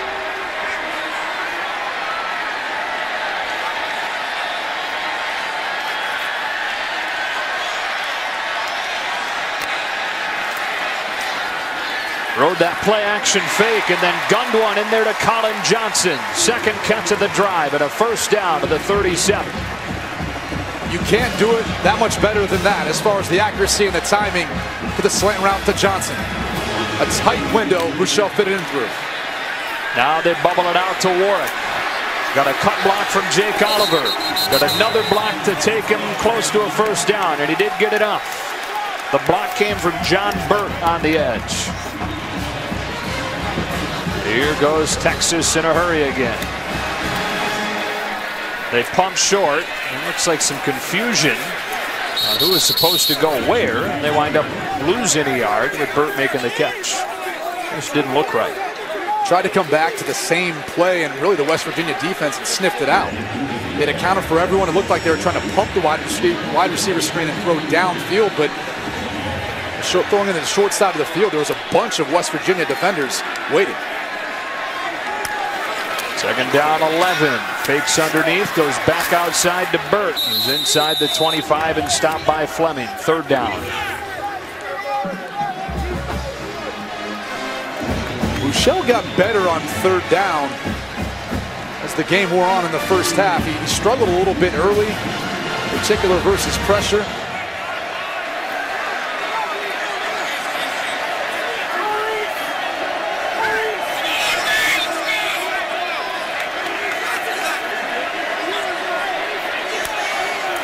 Third and 7. Foreman off the right side, tripped up by David Long. Not too many times are you going to see an arm tackle bring Foreman down. 4th and 3.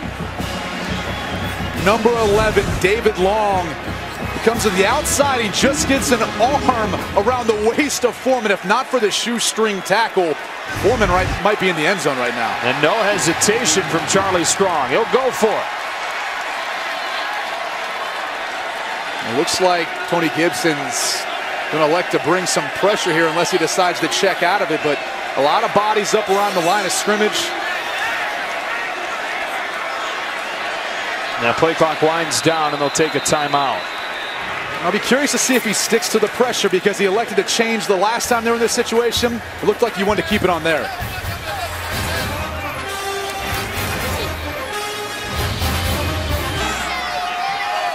And so Charlie Strong out of the timeout elects to kick the field goal from 37 yards. Domain 2 for 2 today from 19 and from 27. Now they mark it ready. Domain had marked off his steps, and now he does it again.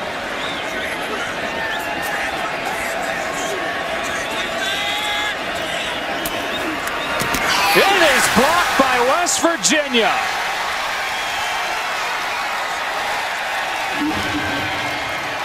So a blocked field goal, and Texas comes up empty-handed on its opening possession of the second half. And this has been an issue for Texas. They've had a number of blocked field goals, PATs this season. That is the 5th block kick they've had. The first 4 extra points, but the same idea. 5 total now. Oklahoma State, by the way, they're just good at blocking kicks. Vincent Taylor in particular did a good job of just getting through the offensive line. I mean, look at the big guy. It's almost like he's swatting down shots in a basketball game. But clearly that's been an area of emphasis for a lot of the teams coming up against Texas, is that they're soft on the interior of their protection, giving up too much space. Maybe it's Domain as well, though, not getting enough trajectory on the football. How about this? Russell Shell comes in for the first time, and here he is. Kind of figured we wouldn't see him. It was a game-time decision. Didn't play during the first half after missing last game with an ankle injury, and we may not see him again based on that reaction. I mean, the guy was trying to fight through it in warm-ups. We could see him with somewhat of a noticeable limp, like you had just mentioned. So it's unfortunate for West Virginia. You know, he's an impact player. He's really a guy that brings a lot of production to that backfield. Just to put a ball on that blocked field goal, by the way, Christian Brown, the man that got his hand on it for the Mountaineers. Out of an empty set on 2nd down and 8. Howard making a call at the line. Quarterback draw. Skyler Howard with Wellman blocking in front has a first down to the 36-yard line. This is the element to the offense that Skyler Howard brings. He doesn't run the football a ton, but he does it just enough to keep you on your toes. And if you're a defensive play caller like Charlie Strong, you got to account for him in the running game.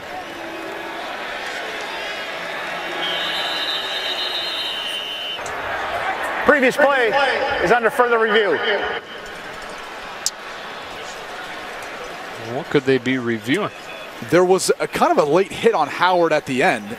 I'm not sure if that would be what they'd be reviewing in this case. You can add targeting through the review process. That's new this year in college football. Watch number 32, Malcolm Roach, at the end of it. That's the only thing I could think of. Leads with his helmet, as Howard seemed to be already down at that point. I thought it was almost a late hit anyways on him.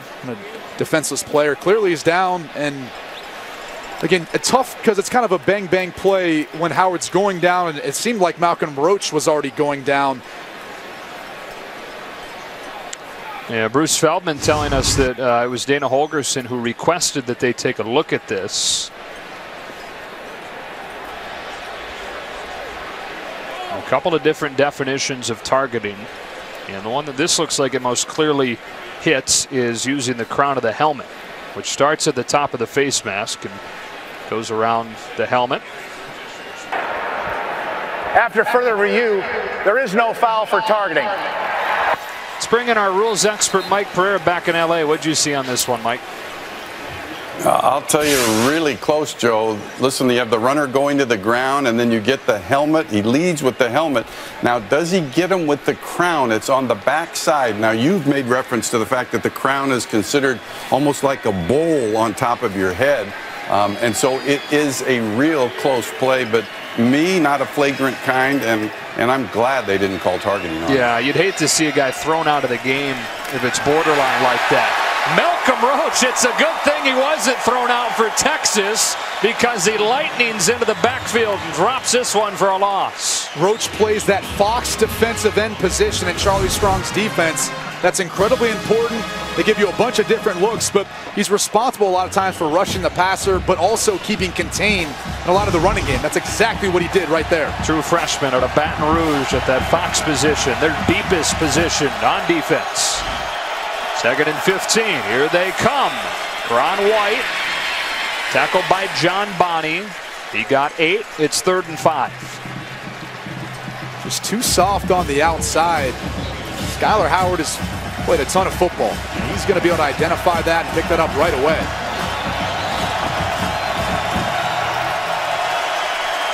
Howard double clutches and throws, and snagged out of the air by Dakiel Shorts, who had a drop in the first half. Tremendous play here. Watch the fingertips of Dakiel Shorts. He's got Dylan Haynes hanging all over him, and somehow he finds a way of catching the football. He's just frustrated he couldn't keep his feet and get more. 4th catch of the game, extends his drive.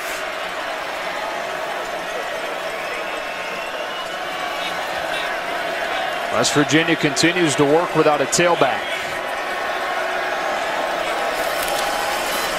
White straight ahead. Dakiel Shorts provides the block, and Brecken Hager comes up with a tackle on a gain of 9, 2nd and 1. 1st and 2nd down calls. Look how much space there is. At the bottom of the field, top of the field. Howard a quarterback draw for a 1st down.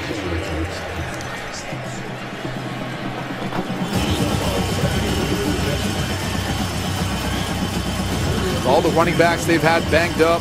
Kennedy McCoy with really a good first half. See anything noticeable? He just came back into the game. But Skyler Howard's going to have to pick up his rushing attempts as part of this offense. Take some of the pressure off the backfield.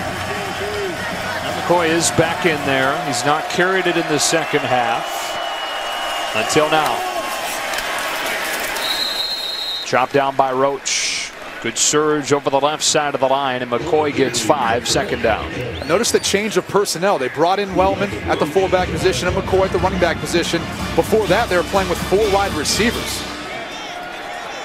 This is what Dana Holgerson does. He changes up the mode or the operation of their offense now, running the football. 1-on-1 down the sideline, underthrown and incomplete. Marcus Sims, who has only one career catch, was the intended receiver, and John Bonney stuck with him. Well, and this is just a no-no for a true freshman wide receiver. See how he never really picks away? He stemmed a number of times, and as a quarterback, it's incredibly confusing. Usually you'd like to take him on an outside release and put the ball upfield, but it was an underthrown ball matched with the indecisiveness of Sims, which now puts them in 3rd and 5.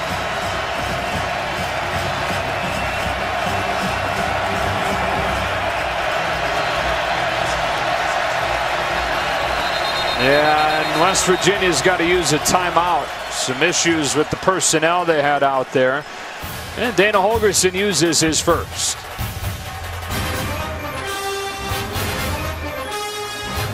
I know. And it'd be tough to not want to put him back in there when he's healthy. But I think it's going to work out exactly how Jerry Jones is hoping. I think each one's going to have success. Look at his opportunity. 3rd down and 5 for West Virginia.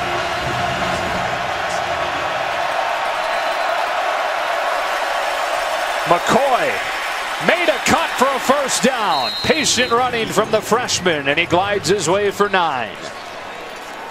What about the decision to run the football there on 3rd and 5? I wonder if Dana Holgorsen had in the back of his mind that maybe they'd go for it in case they didn't get it. Either way, Kennedy McCoy, what a game he's had. For a running back position that's been a little bit banged up, he's really come in and given them a bit of a boost. 61 yards now for a guy that was highly touted coming out of high school in Lexington, North Carolina, enrolled early, has been a big part of this offense. It's him again. Chopped down by Roach. And let's give the offensive line for West Virginia some credit too. I mean, it starts with Tyler Orlowski. He's the one making all the calls. He's really the anchor of that offensive line inside. But Pankey, Mateo, Bosch, Kevitz, all the guys up front, they're getting some push on the Texas defensive front, and then it's Elijah Wellman. He helps kind of clean up the pile, their fullback, as he makes his way into the 2nd level. I'm sure you read this week, Orlowski kind of called out the left side of the line, said the right side's been much more physical. They've gone behind the left side several times on this drive. This time it's blown up. Nobody was physical enough in white that time. Puna Ford leading the way, 3rd down. That's what Charlie Strong wants to see from his defense. They just got run on 3rd and 5. Now they're on the attack.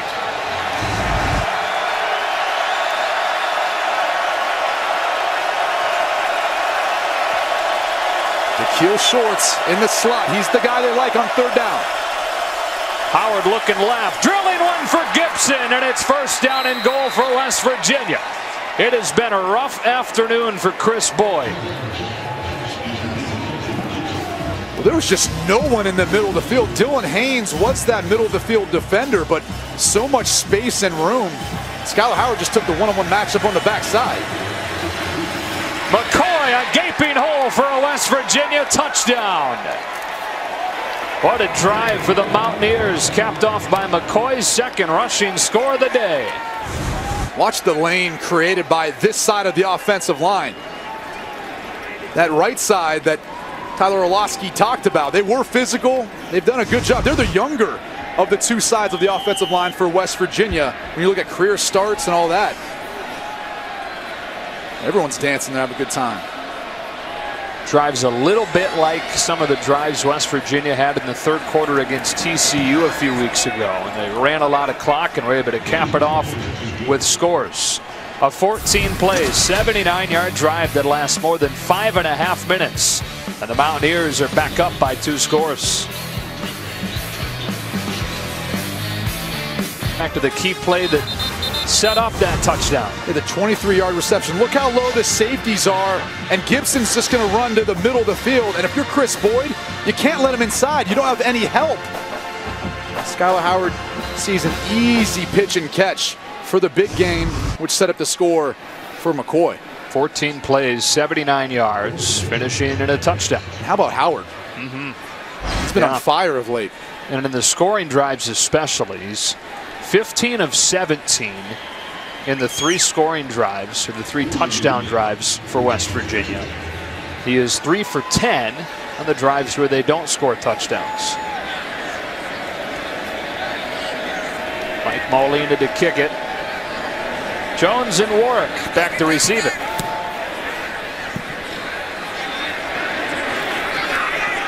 Here comes Warwick. And Texas will start at the 21-yard line. Shane Buechele in the offense, down 2 scores. Back out there in a moment.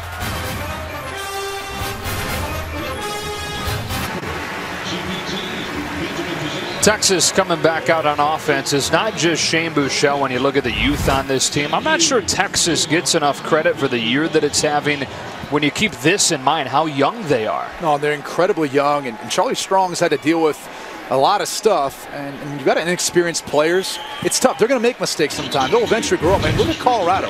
Look at what Mike McIntyre's built there. And they start this drive with a slant that's dropped by Dorian Leonard. Mike McIntyre, when he first got to Colorado, they struggled early on. Now those guys who have become juniors and seniors are really starting to play well. And I think Texas, for a long time, they didn't have a guy like Shane Buechele who really changes the dynamic of their offense. You bring in Sterling Gilbert, and you're starting to see the impact it's had on this team. This one's on the money to Duvernay. First down, and another true freshman right here in Texas. Fastest of the wide receivers, gets a dozen. A first down at the 33. And Kaiser White is down.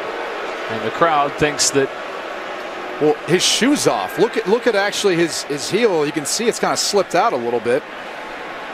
Right here. That's his heel sticking out of his shoe. I'm not going to try to speculate what it is, but that's the other issue. Whatever's going on with his leg, it doesn't have his shoe fully on.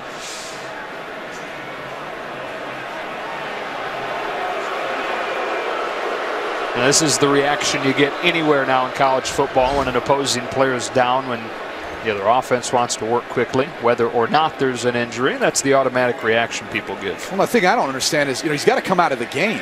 So the fans can boo and all that, but they're losing a guy who's a starter on defense. So now they get the advantage of a backup at least having to go in for one play. And a lot of times teams will target whoever that is, in particular in the secondary. There are some people that would argue that that is the best player on this defense. We're now ready for first down. He's replaced by Marvin Gross Jr., pretty good player himself, 18 in white.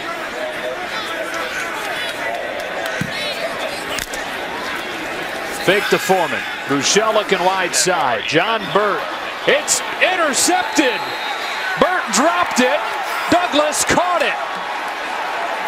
What a critical mistake by John Burt.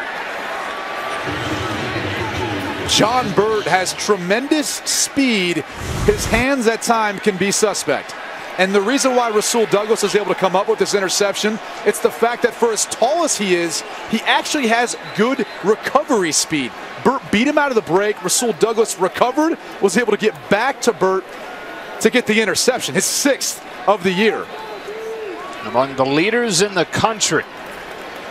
And Burt, a guy that led the team in receiving last year, has fallen way down the depth chart this year as he's dealt with injuries and dealt with drops, and none more critical than that one. Setting West Virginia up at the Texas 33.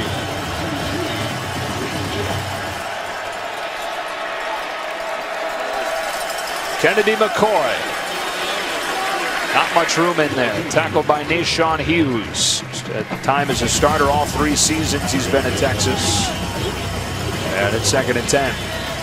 Texas brought a corner cat, meaning a corner blitz. Able to kind of create an edge on that side of the field. Hughes was in there as well, but nowhere for McCoy to go. Howard. Good break by Bonnie to knock it away from Karan White, and it's 3rd and 10. It's a break by Bonnie, but White's got to keep coming back to the football. He kind of settled at one point, and instead of continuing to come towards Howard, see, his feet are stopped at that point. Bonnie was able to make the big play. Spread that Texas defense way out on this 3rd and 10. There's Dakeil Shorts. He's been the guy they've gone to. Howard looking his way towards the end zone, and it's picked off by Dylan Haynes.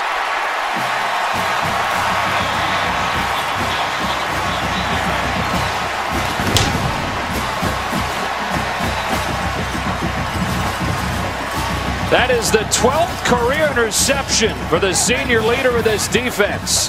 And Texas able to overcome a turnover of its own. It's just a poor throw. There's no other way of describing this.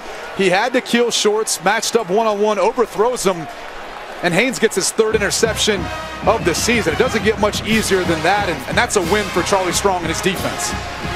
So you know there have now been 5 turnovers in this game, Brady. The first 4, there's not been a single point scored off of them. It's unbelievable. I mean, neither team has taken advantage of it.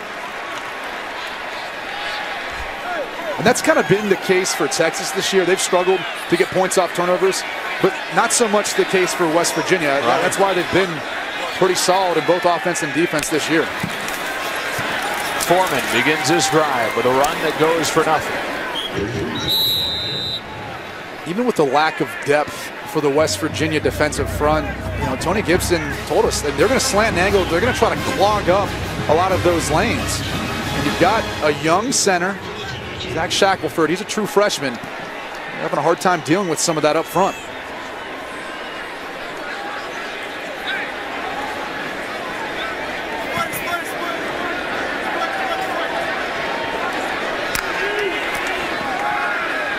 A shovel pass to Foreman, getting him involved in different ways. First down to the 41. That will count as his 4th catch of the season, and it goes for 19. I can guarantee the West Virginia defense didn't see that one coming. Just mentioned they don't target him often, especially not in that fashion. Bubble screen to Jake Oliver. Duvernay blocking his tail off and getting him a gain of 6. Pretty darn good spot, might have given him 7. And Jared Harper is down for West Virginia. 2nd time we've seen him down, grabbing at that hamstring.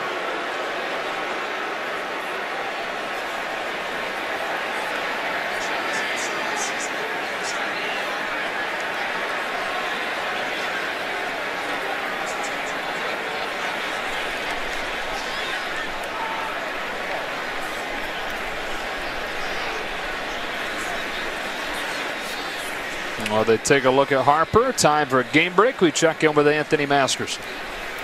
Updating you on number 11 Oklahoma hosting Baylor. Baker Mayfield hooks up with D.D. Westbrook for a 40-yard score. His 2nd touchdown reception of the day, 14 now on the season. Also, Baylor QB Seth Russell carted off with a potentially serious leg injury. It's now 35-17 Sooners in the 3rd. Joe, Brady. Not good news there for Baylor. A season gone south in a hurry.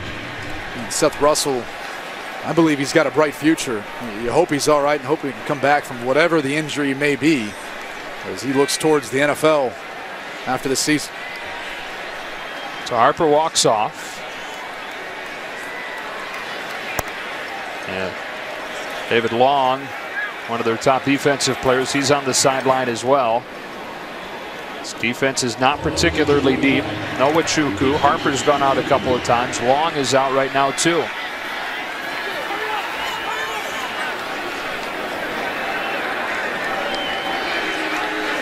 On 2nd and 2, here comes Foreman. Sticks the shoulder down for a 1st down. West Virginia's done a good job of getting a lot of those gang tackles. I know they got a 1st down on that last play, but a lot of times you get in trouble when it's just one guy trying to bring down Deontay Foreman. He is a load. It takes gang tackling. That's what West Virginia's done today. Buechele off of the fake. Scrambling. Keeps his eyes downfield. Sees room to run for a gain of 3 and a late flag behind the play. It'll either be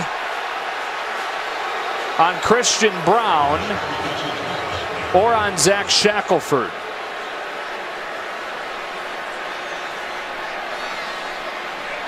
Or was it Connor Williams? 55 or 56.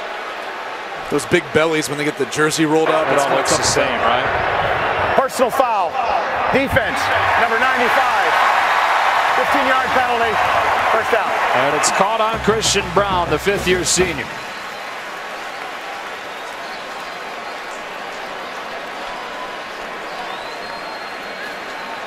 So that moves it all the way to the 31. It was way off behind the play. We're trying to find a look at it. Way behind the play, way after the play. Another bubble screen. Duvernay trying to use his speed. Got a heck of a block. They get a gain of 7. Blocked by Dorian Leonard. Absolutely lit up.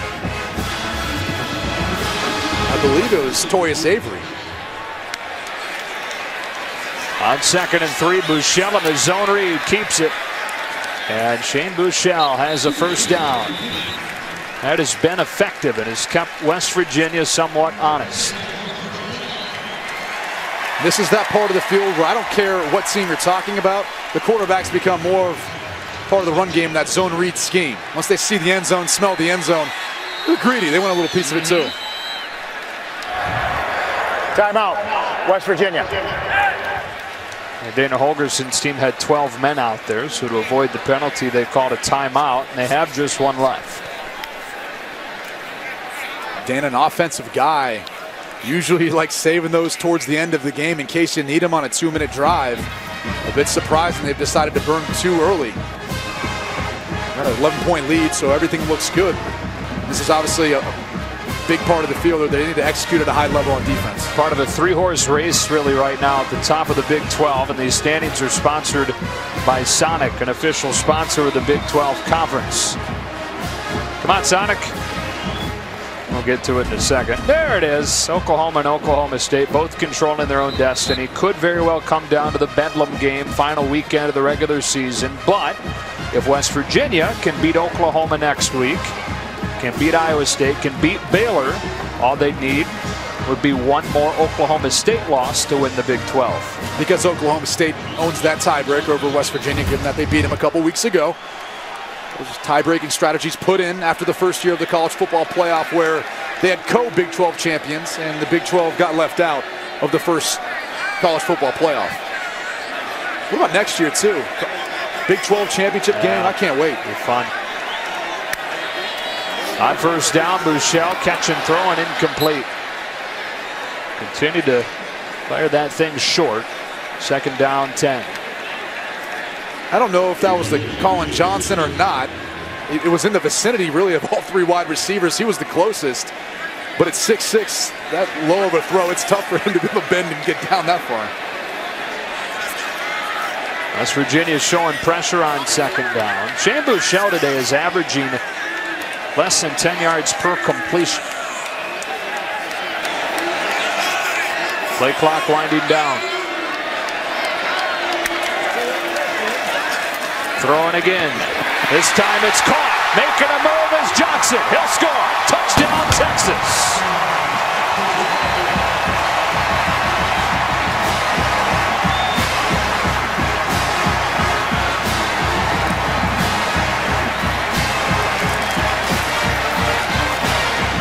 This is the risk reward of when you bring pressure. You leave yourself in one-on-one coverage on the outside, and number 1, Antonio Crawford just whips. And Colin Johnson, guy at the wide receiver position for Texas, who's really stepped up the past few weeks, capitalizes on a big play. Out of San Jose, California. 3rd career touchdown, all 3 of them coming in the last 2 games. Antonio Crawford, he's been a little bit banged up, but Shane Buechele sees the one-on-one coverage on the outside, gets the ball out of his hand quick. Johnson does the rest. For a big guy, he's pretty elusive. Yeah. Crawford. He's one of their more athletic players, too. He knows he's better than that. But back to Colin Johnson, you know, we were standing down in the field before the game, and him and Gerard Hurd did a backflip. When they had got together for stretching, they both, in unison, did a backflip. And I turned and watched. I said, I've never seen 2 dudes that big who can just out of nowhere jump up, land on their feet effortlessly. He's 6'6", 210. He looks like he's bigger than 210 when you consider that that's a 6'6" frame. And did a backflip. He's the son of a legendary player here in Texas. His dad, Johnny, was a DB here in the late 70s in the College Football Hall of Fame. His brother Kirk, a running back on the team currently. And he's the guy, when you ask Charlie Strong who needs to have a big game, he's the guy that Charlie Strong said on offense. really coming on. Here's a freshman. Mitchell Becker quietly, really impressive, pinning that thing inside the pylon. He's done it a few times in a row. Got our first points off turnovers all day. Shane Buechele orchestrating a 9-play, 80-yard drive that goes only 2 minutes. And the thing that's been most impressive about him is, he threw an interception earlier. He comes back, is able to recover from that. He's struggled a little bit against pressure earlier, but then you see him come back and respond. So he's getting better as the game goes on. It's really what you've seen from him this season. He continues to grow and play with that calm and poised demeanor. Skylar Howard, West Virginia, back on offense. A first down throw. Karan White cutting against the green. Taking P.J. Locke for a ride. And a first down. It's been a good game for White. His 6th catch, a team leading 82 yards.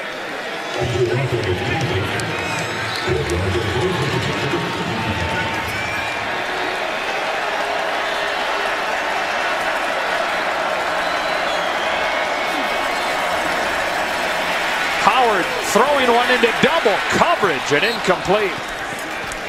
Gibson the intended man, but 2 orange shirts closer to that ball than Gibson was. Texas brought pressure off the right side, but another errant throw by Skylar Howard. And we talked about Shane Buechele and how he's gotten better throughout the course of the game. Howard's been kind of more inconsistent as we've gone on, taking a couple shots that really weren't even in the vicinity of the wide receiver. He started 9 of 10. He's 10 of 21 since. Texas showing heat again. They bring it again. It's picked up, and Howard throws another pick. It's Haynes again.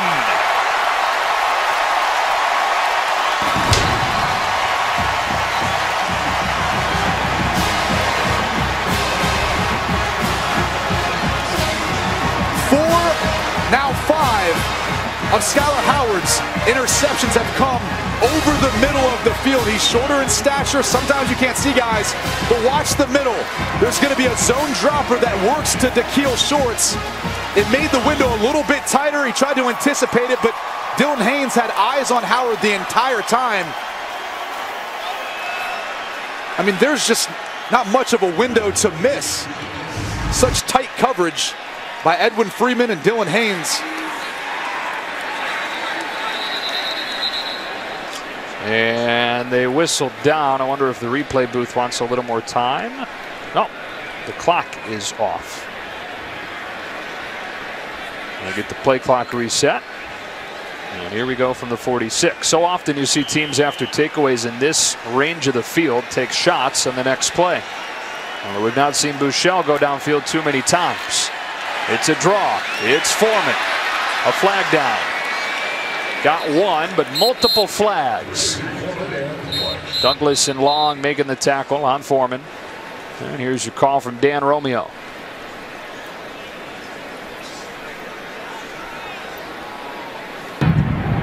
Holding. Offense.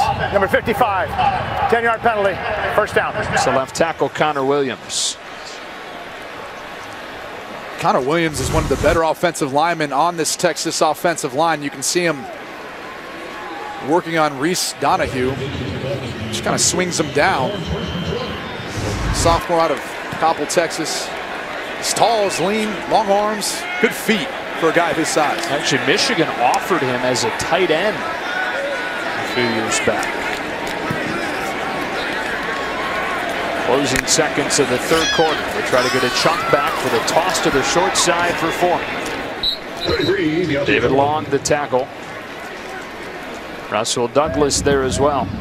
David Long's the guy who was redshirted last year only because they had so much depth at linebacker, but Dana Holgerson told us he was really looking forward to getting him out there on the field because he's so athletic and they really feel like he's got a bright future. He was a scout team player of the year last year while he was redshirting.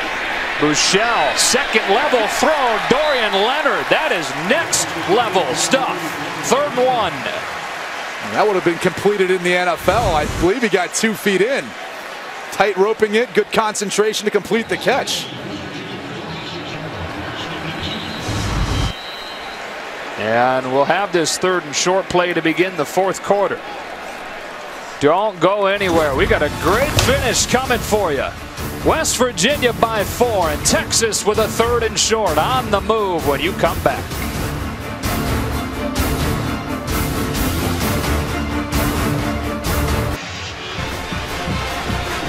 Start of the 4th quarter back here in Austin. Joe Davis, Brady Quinn, Bruce Feldman.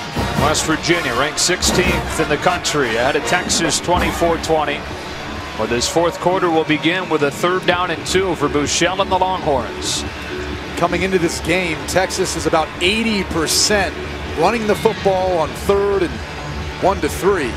You got to think they'd love to keep the ball in the hands of D'Onta Foreman, their Heisman contender. 26 carries for him today for 133. He's got it. Hurdling. 1st down.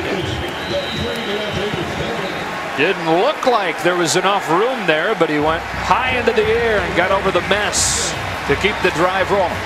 For 250 pounds, Foreman sure moves pretty nimble.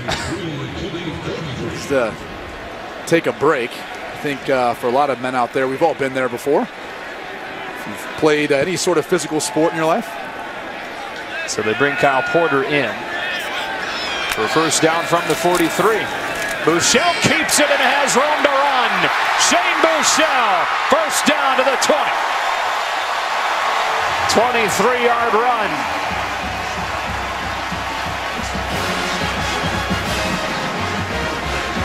So much attention has been on the running back position for this Texas offense. It's been Buechele hurting him with his legs.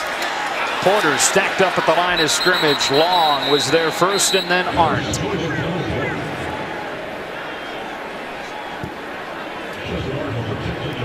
Buechele so deceiving with his zone read ball handling. Sticks it in that running back's gut and finds a way to draw the defense in just enough before he's able to get around the edge for big gains to keep the defense honest. Has 60 yards rushing, Buechele does. His previous career high was 34. And take out the sack that he took earlier in the game too, and it's actually been more than that. 2nd and 10. Here's Foreman, waits for the hole to develop. Hurdles a man to the 15, and it's 3rd down and 5. I mean, we take you talking about he's 6'1", 250 pounds. Look at him. He sees the guy coming. A lot of guys try to go low just to take out his legs because he's so big. He's prepared for it. Charlie Strong talked about him coming into this season maybe a little bit heavier than he would have liked. Made him lose about 10, 15 pounds and get him back into this sort of shape. Fake it to him on 3rd down, and Buechele gets pounded by Kaiser White. And he finishes the play with the ball in his hands. Buechele is helped up, and the training staff says no, put him back down. A free rusher that punishes Buechele. You'll see Kaiser White coming in right there, unabated to the quarterback. Shane Buechele never saw him. That was something that defensive coordinator Tony Gibson talked about before the game as far as bringing pressure on Buechele. Is he didn't feel like he identified pressure very often. And sometimes, Joe, that can start with the fact that in these spread offensive systems, you talk to the coordinators, they talk about looking for space out on the field, not necessarily always identifying what's happening with the defense and the rotation, and then checking things at the line of scrimmage as far as your protection. That's more on the center in a lot of these spread systems, so you're not always as keyed in as maybe you should be in other systems. It is 4th down, so he does get an immediate break, and Trent Domain comes on to attempt a 37-yarder. His last attempt was from 37 as well, and it was blocked.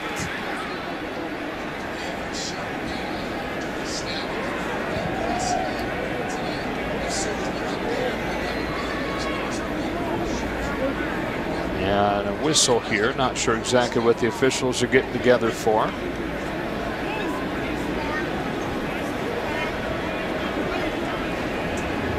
It's good to see Shane Buechele get back up. Seems to be okay, but they've got experience in Tyrone Swoops behind him. So if for whatever reason he can't come back. The previous play is under further review. They're going to take a look at whether or not the ball was in White's hands at the end of the play. Yeah, I think that could be the play here because Kaiser White came up with the football, so maybe they're looking to see if it had gotten jarred loose when he hit him. Also perhaps targeting. I mean, that to me can't be targeting. He hits him right within the hit frame, in which would be considered legal, not targeting. Yeah, but you got to look at the crown of the helmet. If he lowered the head, then it doesn't matter where. As you talked about, though, he kind of led with a face mask. It wasn't the top of the crown of the helmet like that bowl we talk about. I mean, that's as formed tackle as you can give it. See how the ball comes out at the end? That's what I think they're looking at to see if it was possibly coming loose as White brought Buechele down to the ground. And if that's the case, it's a fumble and it should be West Virginia football. I don't know that we're going to see anything definitive here, though.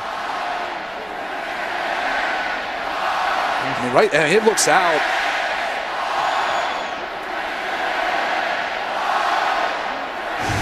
The question is it indisputable? Is it enough to overturn the call on the field? Has to be beyond a shadow of a doubt.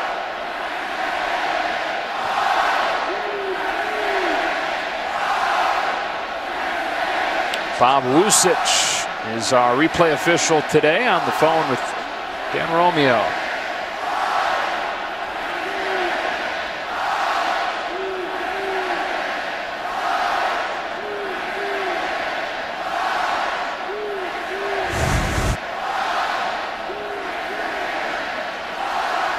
Just again, something of note. Texas has the lowest conversion rate of 3rd and 8+, which is what that last situation was. Converting 18% of those conversions. Well, they take a look at this. Let's get Mike Pereira's thoughts in LA. Yeah, you know, it's a tough one, but we think it's out. I mean, if you look at the first contact, it looks like the ball slips out of his right arm.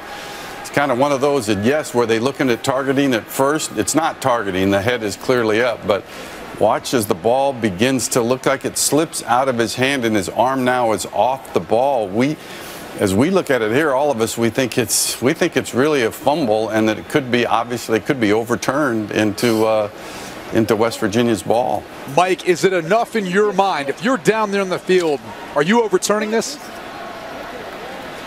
Well, I mean, that's the thing. If I'm in the replay booth and I'm looking at this, and am I trying to say, is the ball completely out of his hand? It's really close. And when you look at it, and some of you think it is a fumble and some of you don't, then, you know, is it clear and obvious? Is it indisputable? Hard to say, but to me it looks like with the legal hit that the ball slips out of his arm. So I'm thinking, of course, I wouldn't make the greatest replay assistant in the world, but I'm thinking if it was me, I'd reverse it and make it a fumble. This is the best angle. Watch the left hand of White and watch the ball. To me right there, it's out. Yeah. And it's now a fumble, and White ends up coming up with it because Buechele no longer has possession of the football. It's sitting there on his hip, as you can see, and White, as he pops up, just happens to grab it right in his lap. That to me would be enough. And let's remember the other aspect is they did not rule forward progress. Had they ruled forward progress, then it wouldn't even be reviewable. So since they basically ruled it down by contact, that's the question here. All right, Mike, we appreciate you giving us your thoughts on it, and we should be close to a call from Dan Romeo. But an important call as Texas presumably tries to draw to within 1 with a field goal from Domain. If the call on the field stands, if it's overturned, it'll be the 3rd Texas turnover of the day. Hasn't even been announced. There's already some boos. After review, the ball was loose and was recovered by West Virginia at the 20-yard line. It'll be 1st and 10 at the 20-yard line. Clock operator, please reset the game clock to 13:35. What a play by Kaiser White, a sack strip fumble. And West Virginia takes over at its own 20.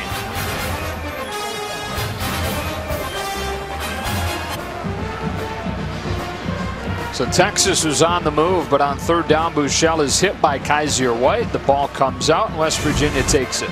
Second sack, and watch as Buechele brings it back in right there. You can almost see, it almost gets us too close, but you can see the ball's coming out. And Plate starts to feel it and realizes it's like, all right, it's mine. Yeah, I'll take that. That's the second time Kaiser White's had a sack on Buechele, and he's not seen him coming so far today. One in the first half, now in the fourth quarter. So West Virginia has it at the 20. Up by 4, trying to move to 8-1, trying to stay alive in the Big 12 title hunt. Kennedy McCoy with a gain of 1. Kuna Ford makes the tackle, 2nd and 9. West Virginia just got over 100 yards rushing for the day. You'd have to think that Dana Holgerson's pretty pleased with it, considering Shell's been out at the running back position. Justin Crawford was in for a minute earlier, but he's even been a little bit banged up and fumbled when he was in. It's been Kennedy McCoy, the true freshman, and Skylar Howard mixed in, carrying the way for the West Virginia rush attack.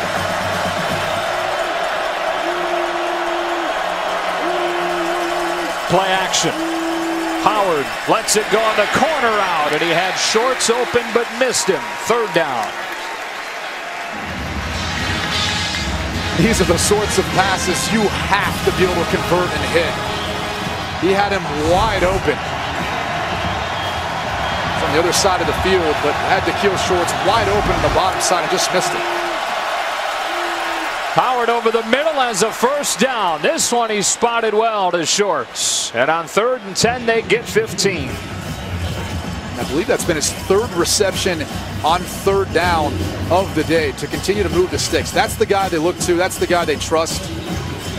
You know, Holgerson feels like he's most comfortable and relying on Da'Keil Shorts at that wide position in the West Virginia passing game to sit in zone coverages and to have that nonverbal communication with Howard.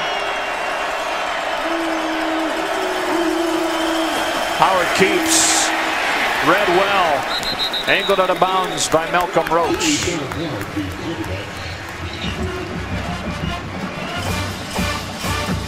The day Roach has had. True freshman. It's about him coming in and playing that all-important Fox defensive end position. It's not easy. They're asked to do a lot of different things. Sometimes he's down on the line of scrimmage. Sometimes he's kind of back behind the defensive front.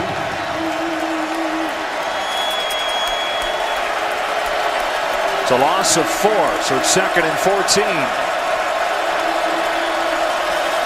Here comes pressure, and it gets home to Howard. A safety blitz. Jason Hall, 3rd and long. Number 31, Jason Hall, comes free to the quarterback. See the predicament that the left side of that offensive line was in. 3 guys rushing, only 2 to protect. Hall ends up coming free. Now West Virginia's in 3rd and long.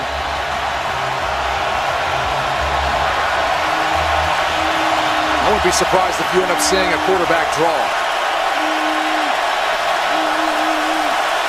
He does take off. There is a flag down, and Howard slides down at the 35.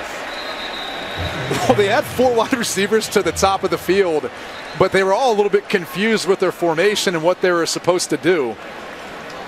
They usually run this little diamond set, but only 3 of them were in position. Da'Keil Shorts was kind of on his own.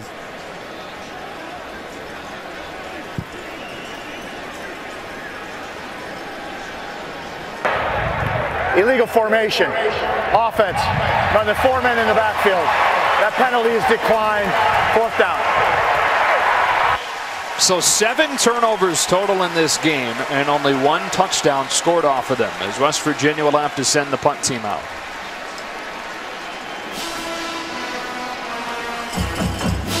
I guess Charlie Strong felt strong enough about the stop and maybe their ability to get a return here in the punt game, not to push them back an additional 5 yards and make them run the play over again. Billy Kinney to punt. Ja'Cory Warwick back to return it. They'll drop back to set up the return, and already calling for a fair catch back at the 13-yard line. A 49-yarder for Kinney, and Texas back on offense after this.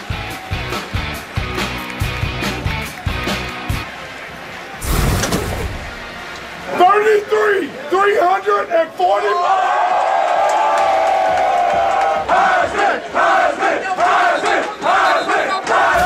catch and Heisman for D'Onta Foreman. And we look at our Nissan Heisman watch, and he's on it.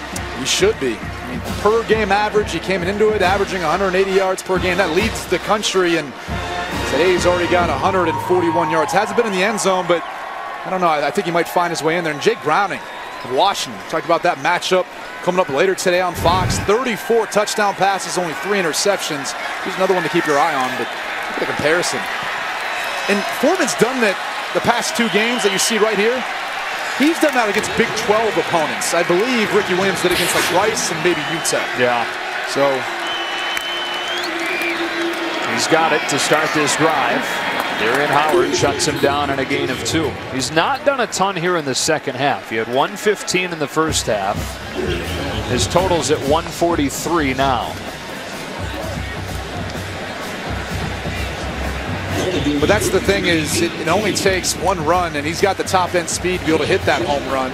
You've seen him with a 21-yarder, 32-yarder, and think about Foreman as he gets better as the game goes on. He averages 9 yards per carry in the 4th quarter. They fake it to him here. Buechele lofting one downfield. It is caught. Dorian Leonard beating Maurice Fleming. And it was all about the concentration by Leonard to be able to track the football from your left shoulder over your right with a defender right there on your hip. Now they hand it to Foreman, who sticks his nose down and gets a short gain. Let's go back and take a look at that catch. Unbelievable. Fleming right there, and Leonard finds a way to maintain his concentration for the big catch. A couple of drops for him today, but he's also had the 2 longest receptions of the day for Texas. One on the first pass play in the entire afternoon, and then the one right there. Underneath Duvernay. First down inside the 40. There is a flag that comes in late.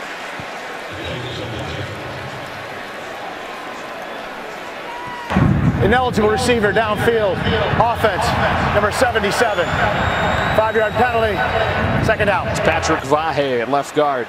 And that's part of this issue with the run-pass option. It's really tough on defenses, but sometimes those offensive linemen climb too far downfield. And what I mean is they're blocking the run blocking. They're not worried about some of the pass plays in behind it. And the quarterback basically has the ability to pull the football from the running back and throw downfield. The unfortunate part is the offensive lineman can't be more than 3 yards downfield when the ball is released.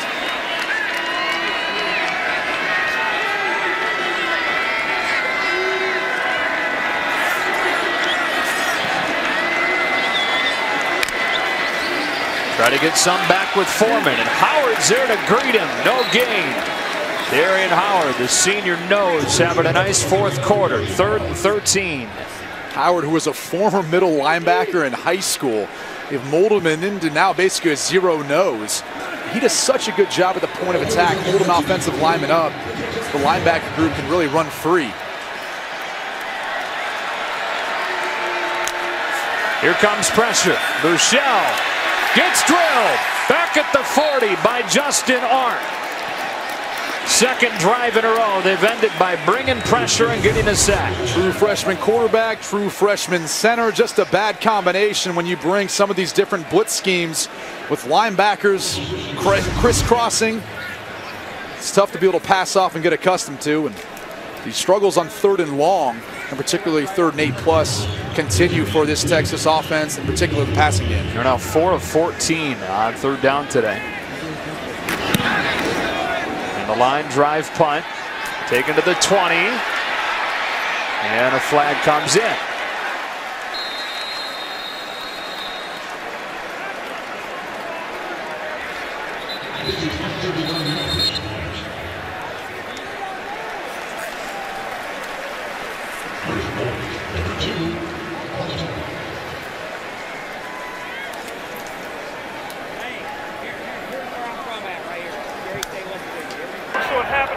During the return of the kick, illegal block in the back.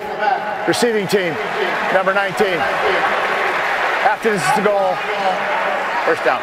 So West Virginia will be backed inside its own 10-yard line. And the kid that grew up here in Texas rooting for the Longhorns, wanted to be a Longhorn, now trying to beat them for the 2nd year in a row.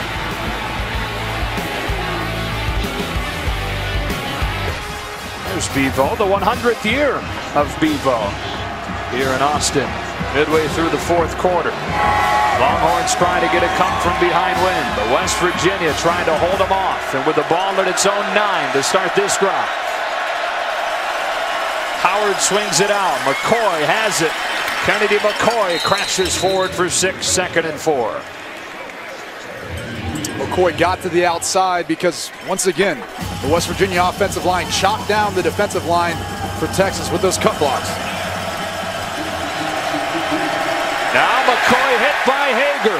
Brecken Hager, the son of Texas all-time leading tackler. His dad, Britt, in the late 80s was a star here. He's turning into quite a player himself. 3rd and 5. Expect pressure from Texas. Just barely got lined up. They rush only 3. Howard has room to run. He lets it go and has White, but there's a flag down. Karan White on the move. All the way inside the 25, but a flag back in the backfield.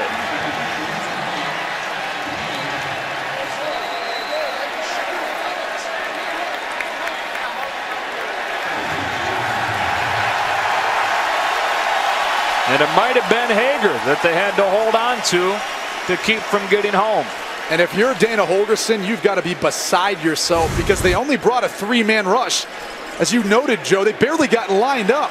There was some miscommunication in the substitute, and you can see. There were fouls by both teams. Holding. Offense number 53. Prior to the pass, holding on an eligible receiver. Defense, those penalties will offset. We'll replay 3rd down. Number 24 on the hold. Well, the 3rd and 5 was pretty fun, so I'm fine with having to do it again. Why not? With McKevitz on the hold, Bonnie on the hold. Either way, took away a huge play for West Virginia. Now the crowds really get involved. Well, you thought pressure last time. They only brought 3. You changing it up on this edition? In 3rd and 5, you got them backed up. Why not? Only 5 offensive linemen, no one to protect Skylar Howard besides the guys up front. Howard on a quarterback draw, dancing around, and he reaches but won't get there. Malcolm Roach and Charles Omenahu making it 4th down. And the true freshman Malcolm Roach keeps showing up. A lot of times at that Fox defensive end position, when you've got an athletic quarterback who likes to scramble or run some quarterback draws, they'll kind of spy him at that position, whether it's Hughes, Roach, or Hager. That's a big stop for Texas now, which should have advantageous field position. To Corey Warwick with his heels on the 40-yard line. Kinney to punt. Texas drops to set up a return. Warwick has it and pays the price on a 40-yard punt. 5:25 left to go. Texas defense comes up with a stop. Now it's up to the offense. D'Onta Foreman, look at him coming in today. And look at so far what he's done. It's slowed up a bit by this West Virginia defense. Helmet pops off of Kent Perkins, and so the right guard will have to come out for a play. Yeah, so what we just showed, he gets better as the game goes on traditionally, but today it's been the opposite. And with this West Virginia defense that's been thin up front, we talked about their best player, Noble Nwachukwu, being out today.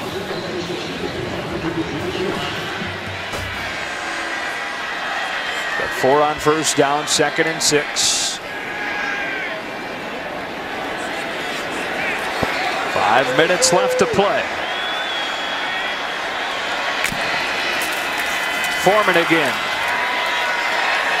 Keeps the feet churning for a Texas first down.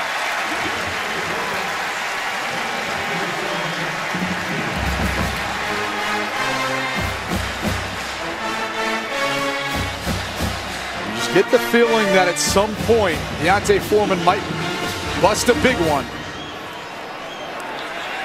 He has the tendency to do that when he starts to get up in this 30 carry range. He's got 33 attempts so far today. with 4.5 to go. He carries it again, and penetration from the West Virginia defensive line shut him down before he got going. Christian Brown and David Long. And the ball came out, but after he was down. 2nd and 10. Let's take another look and see if indeed the ball didn't come out after Foreman was down. Yeah, clearly he was down.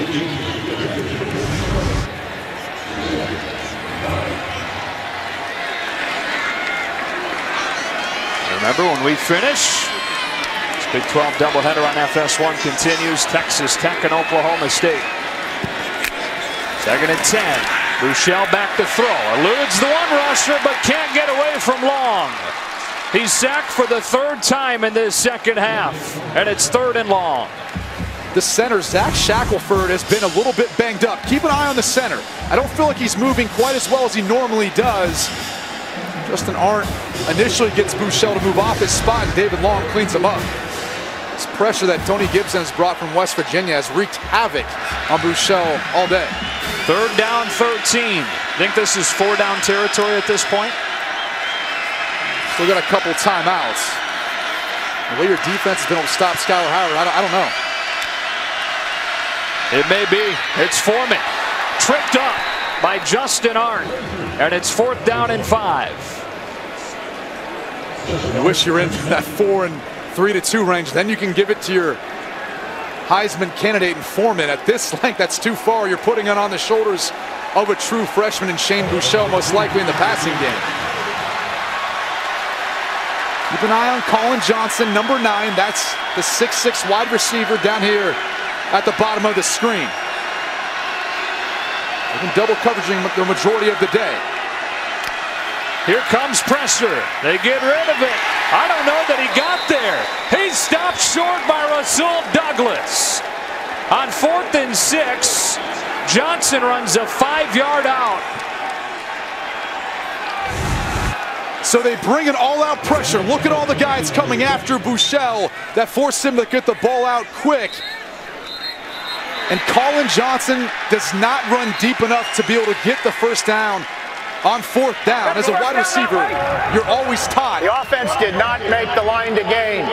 It'll be 1st down, West Virginia. As a wide receiver, you're always taught when it's 3rd down or 4th down, must situations, run that route 2 yards past the sticks in case the ball is short or the defender pushes up on you and forces you to be close to around the 1st down marker. And so now 2:26 to go. Texas has 2 timeouts left. West Virginia can all but seal it by getting a 1st down. At the end of the day, the play was executed. Right. Just not the minute details that sometimes get overlooked when you're talking about true freshmen. I mean, think about that play. You had a true freshman center, snap to a true freshman quarterback, to a true freshman wide receiver. I mean, that's kind of been the story of this season for Texas. They're talented. They've got a very bright future, but there's just little things that sometimes get unnoticed or that aren't done perfect. And unfortunately, it's tough for Texas to win games when they're not playing better, especially making mental errors like that. They're going to take a look at this, but I'm not sure they're going to find anything to change the spot.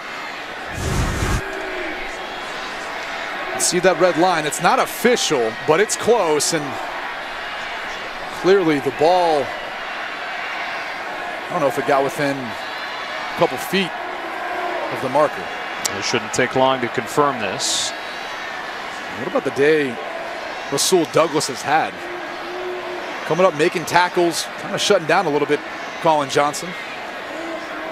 Had his 6th interception of the season. They put a lot of pressure on these cornerbacks and on these secondary players for West Virginia based on the style of play, how aggressive it is for Tony Gibson, bringing all that pressure. These guys are outside alone on islands. I mean, we already saw Colin Johnson get a touchdown earlier in the game on Antonio Crawford. One missed tackle, that thing could go to the house.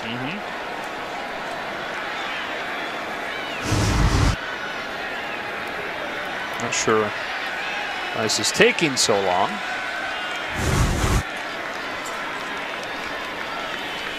If you're Texas, you still got time. You got 2 timeouts. You obviously need to get a stop here quickly. Then Shane Buechele has to go back to work.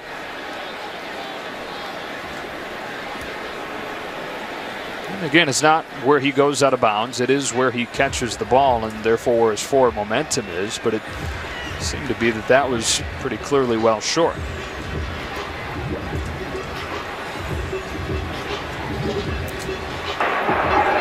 After review, the ruling on the field stands.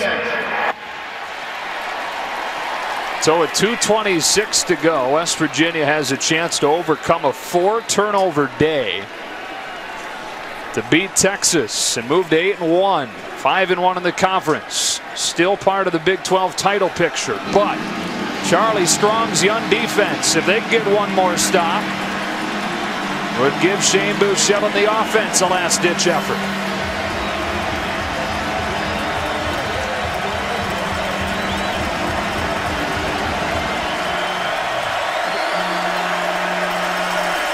Kennedy McCoy got a yard. Talk about all those true freshmen for Texas. Now the ball is in the hands of Kennedy McCoy, and you better believe the Texas defense is trying to rip that thing out of the true freshman's arm. Already had a fumble earlier in the game by Justin Crawford.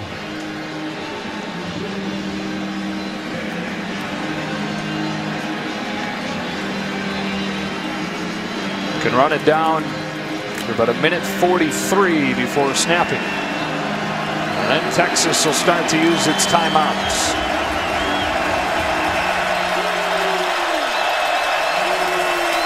McCoy again, stutter steps in the backfield and explodes forward for a gain of 6. It'll be 3rd and short.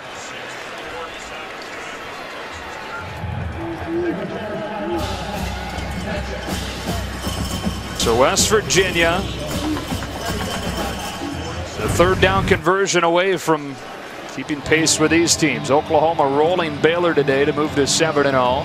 Oklahoma State follows us against Texas Tech. And West Virginia would move to 5-1. They get Oklahoma at home next week. If they can knock off the Sooners and win out against Iowa State and then Baylor, they would then need Oklahoma State to lose once more. And West Virginia would be Big 12 champs. It's a lot that has to happen. And the big key there is both Oklahoma, Baylor at the end of the season. All roads lead through Morgantown for West Virginia, so they get that home field advantage. They still definitely have a shot, but they need some help. Right here, they need 2 yards.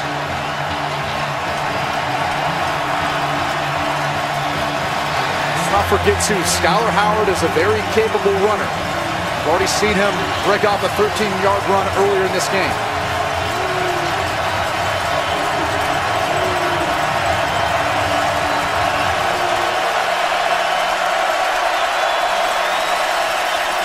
It's McCoy, not gonna get it.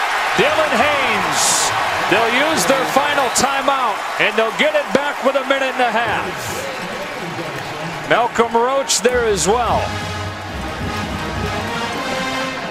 Coming into the day, he had 21 tackles, 3 tackles for loss, but he's shown up a number of times in the backfield.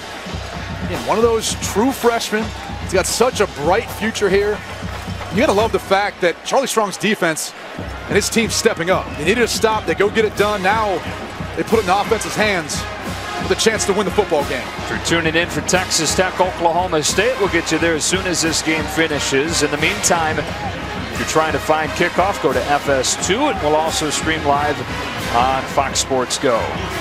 So 1:33, and the punt team out for West Virginia. Ja'Cory Warwick back at the 14.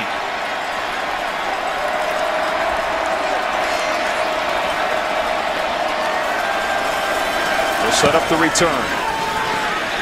High punt. Stays away from Warwick. Bounces out of bounds at the 13. And here comes Shane Buechele, the true freshman from Lamar High School in Arlington, Texas. He won a 3-way battle for the job during the offseason after enrolling in January. He's been so rock solid. Led him to that come-from-behind win against Baylor, but has a chance for another signature moment here. Let's go back to that 2-minute drive before the first half. They didn't take many shots vertically. They've got to here. The game's on the line. They need a touchdown. They're going to have to stretch the field with no timeouts. Now, the clock does stop after a first down in college football, but they've got a lot of room so they can start taking some shots to the end zone.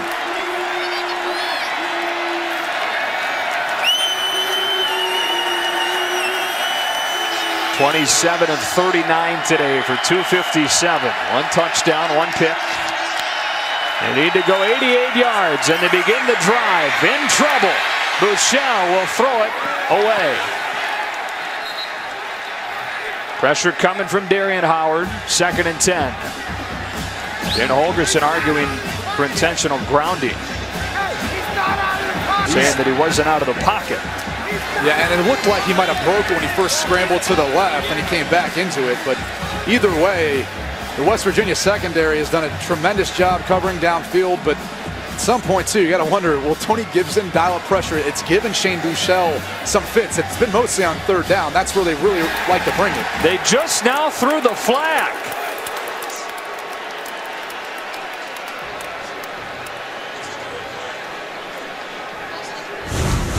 So he's got a break outside of these tackles. That was the guard. And it looks like he might have there. He definitely, obviously didn't. If they didn't think he did initially to the left, he didn't coming back to the right. It's a flashback of like one of those times you line up underneath the guard instead of the center. Happens to everybody, right? Mix up sometimes. You mix up some of those big guys up front.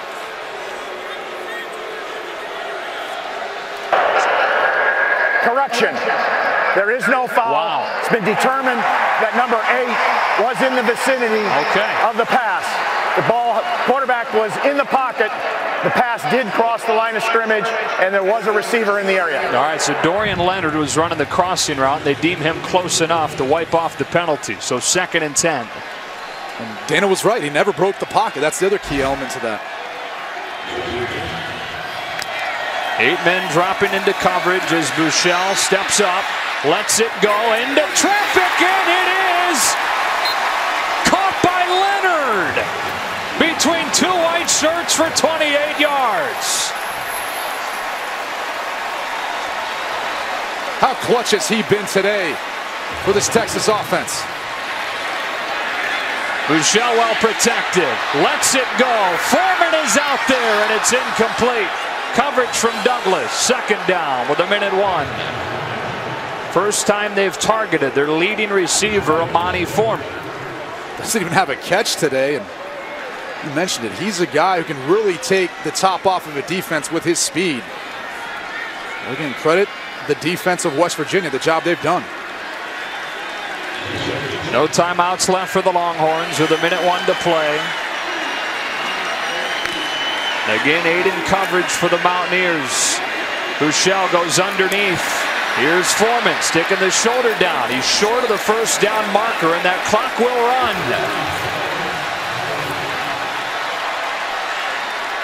Can't waste a play, so they won't spike it. That is a 1st down. Deontay Foreman trying to get the sideline and won't. But the clock will stop for the chains to move with 36. This is where you got to be efficient with your operation. Get your wide receivers back from running downfield. Get that play communicated and roll. And now West Virginia wants a timeout. Dana Holgorsen losing his mind. Timeout. West Virginia. 30-second timeout. You got to be careful here. I mean, he sure has given them a tongue lashing. And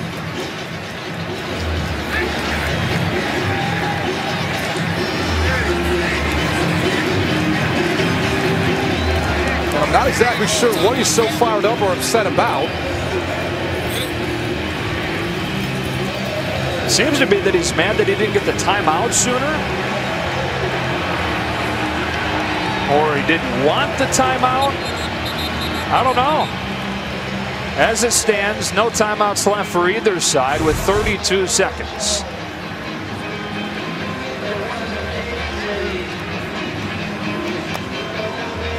You got to wonder what the communication was in the first place. I mean, how else would they have confused that he didn't want the timeout? You're not going to tell the guy that you didn't want the timeout, right? I mean, you're just going to continue to keep playing at that point. So he must have at some point told him maybe he wanted to, and then all of a sudden backed off that decision. Last case of emotions right now. 32 seconds on 1st down. Buechele to throw. Under pressure. Steps away. Floats one. It is tipped and incomplete. It hung in the air forever. Several white shirts had a chance. None of them could pull it in, and Texas still alive. And Buechele just throwing up to Jake Oliver, and 4 different defenders could have possibly made a play on it. Rasul Douglas almost with his 7th interception of the season. 2nd and 10. Buechele trying to find room, and does. It's Colin Johnson, first down inside the 30. No timeouts. Clock stops for the chains to move.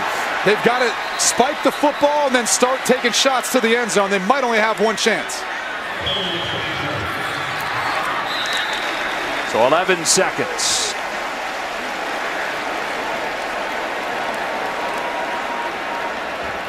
And this they cannot have. Colin Johnson's coming off the field. It looks like something's wrong with possibly his right arm, but that's the guy, if you're going to throw up a prayer to, you got to have him on the field. He's 6'6". No one's even close to as tall or as the reach of that young man. See his shoulders taped up. 11 seconds. Couple of plays left for Texas. Buechele throws. It is incomplete. Dorian Leonard, the intended receiver, and now you either have a speed out to the sideline or one shot to the end zone. No, it's got to be a Hail Mary. I mean, and they didn't really even have time for that, because even though the clock stops at a first down, that clock could have easily run out as they're trying to get everyone situated and spike it if they did get the first down the last play. So this is going to be a Hail Mary. And look at them, going to throw to number 9, Colin Johnson. He's back in the game. Buechele rolling. He'll send up a prayer. Back of the end zone. It is tipped up and incomplete. And West Virginia hangs on.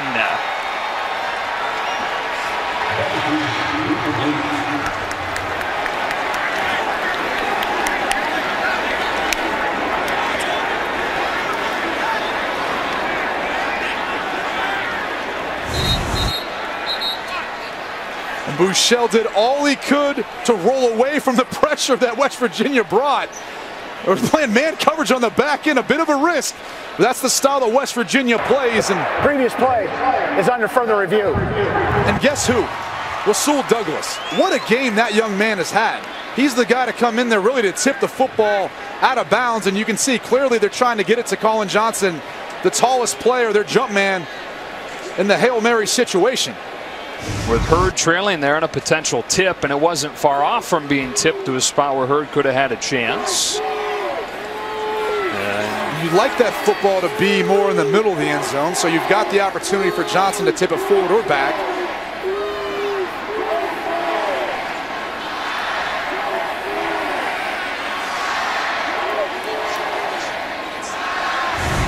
They're reviewing something here.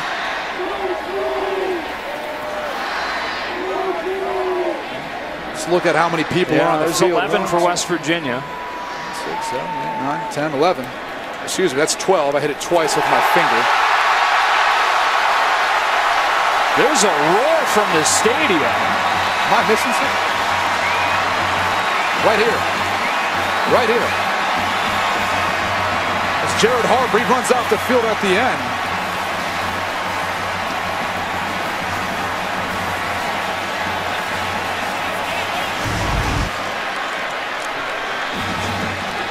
So they continue to take a look at this. And the folks here at DKR seem to see something on that giant video board. 5, 6, 7, 8, 9, 10, 11. Right. My finger hit the screen by accident before, which made it look like 12. Did that go over the video board and folks see your 12? And they may have.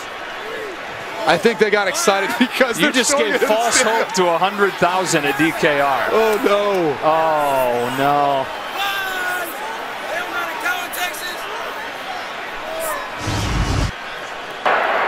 After review, the ruling on the field is confirmed. The defense only had 11 players on the field. The game is over. I mean, literally, the finger hit the telestrator and put an additional fender on there. Oh, no. Oh, man. Delete your Twitter. 24-20 final score. West Virginia survives a 4-turnover day to move to 8-1 and 5-1 in the Big 12. For Brady Quinn and Bruce Feldman, Joe Davis saying so long from Austin. Now we get you to Stillwater, Texas Tech and Oklahoma State with Spencer Tillman. Here's Tim Brando.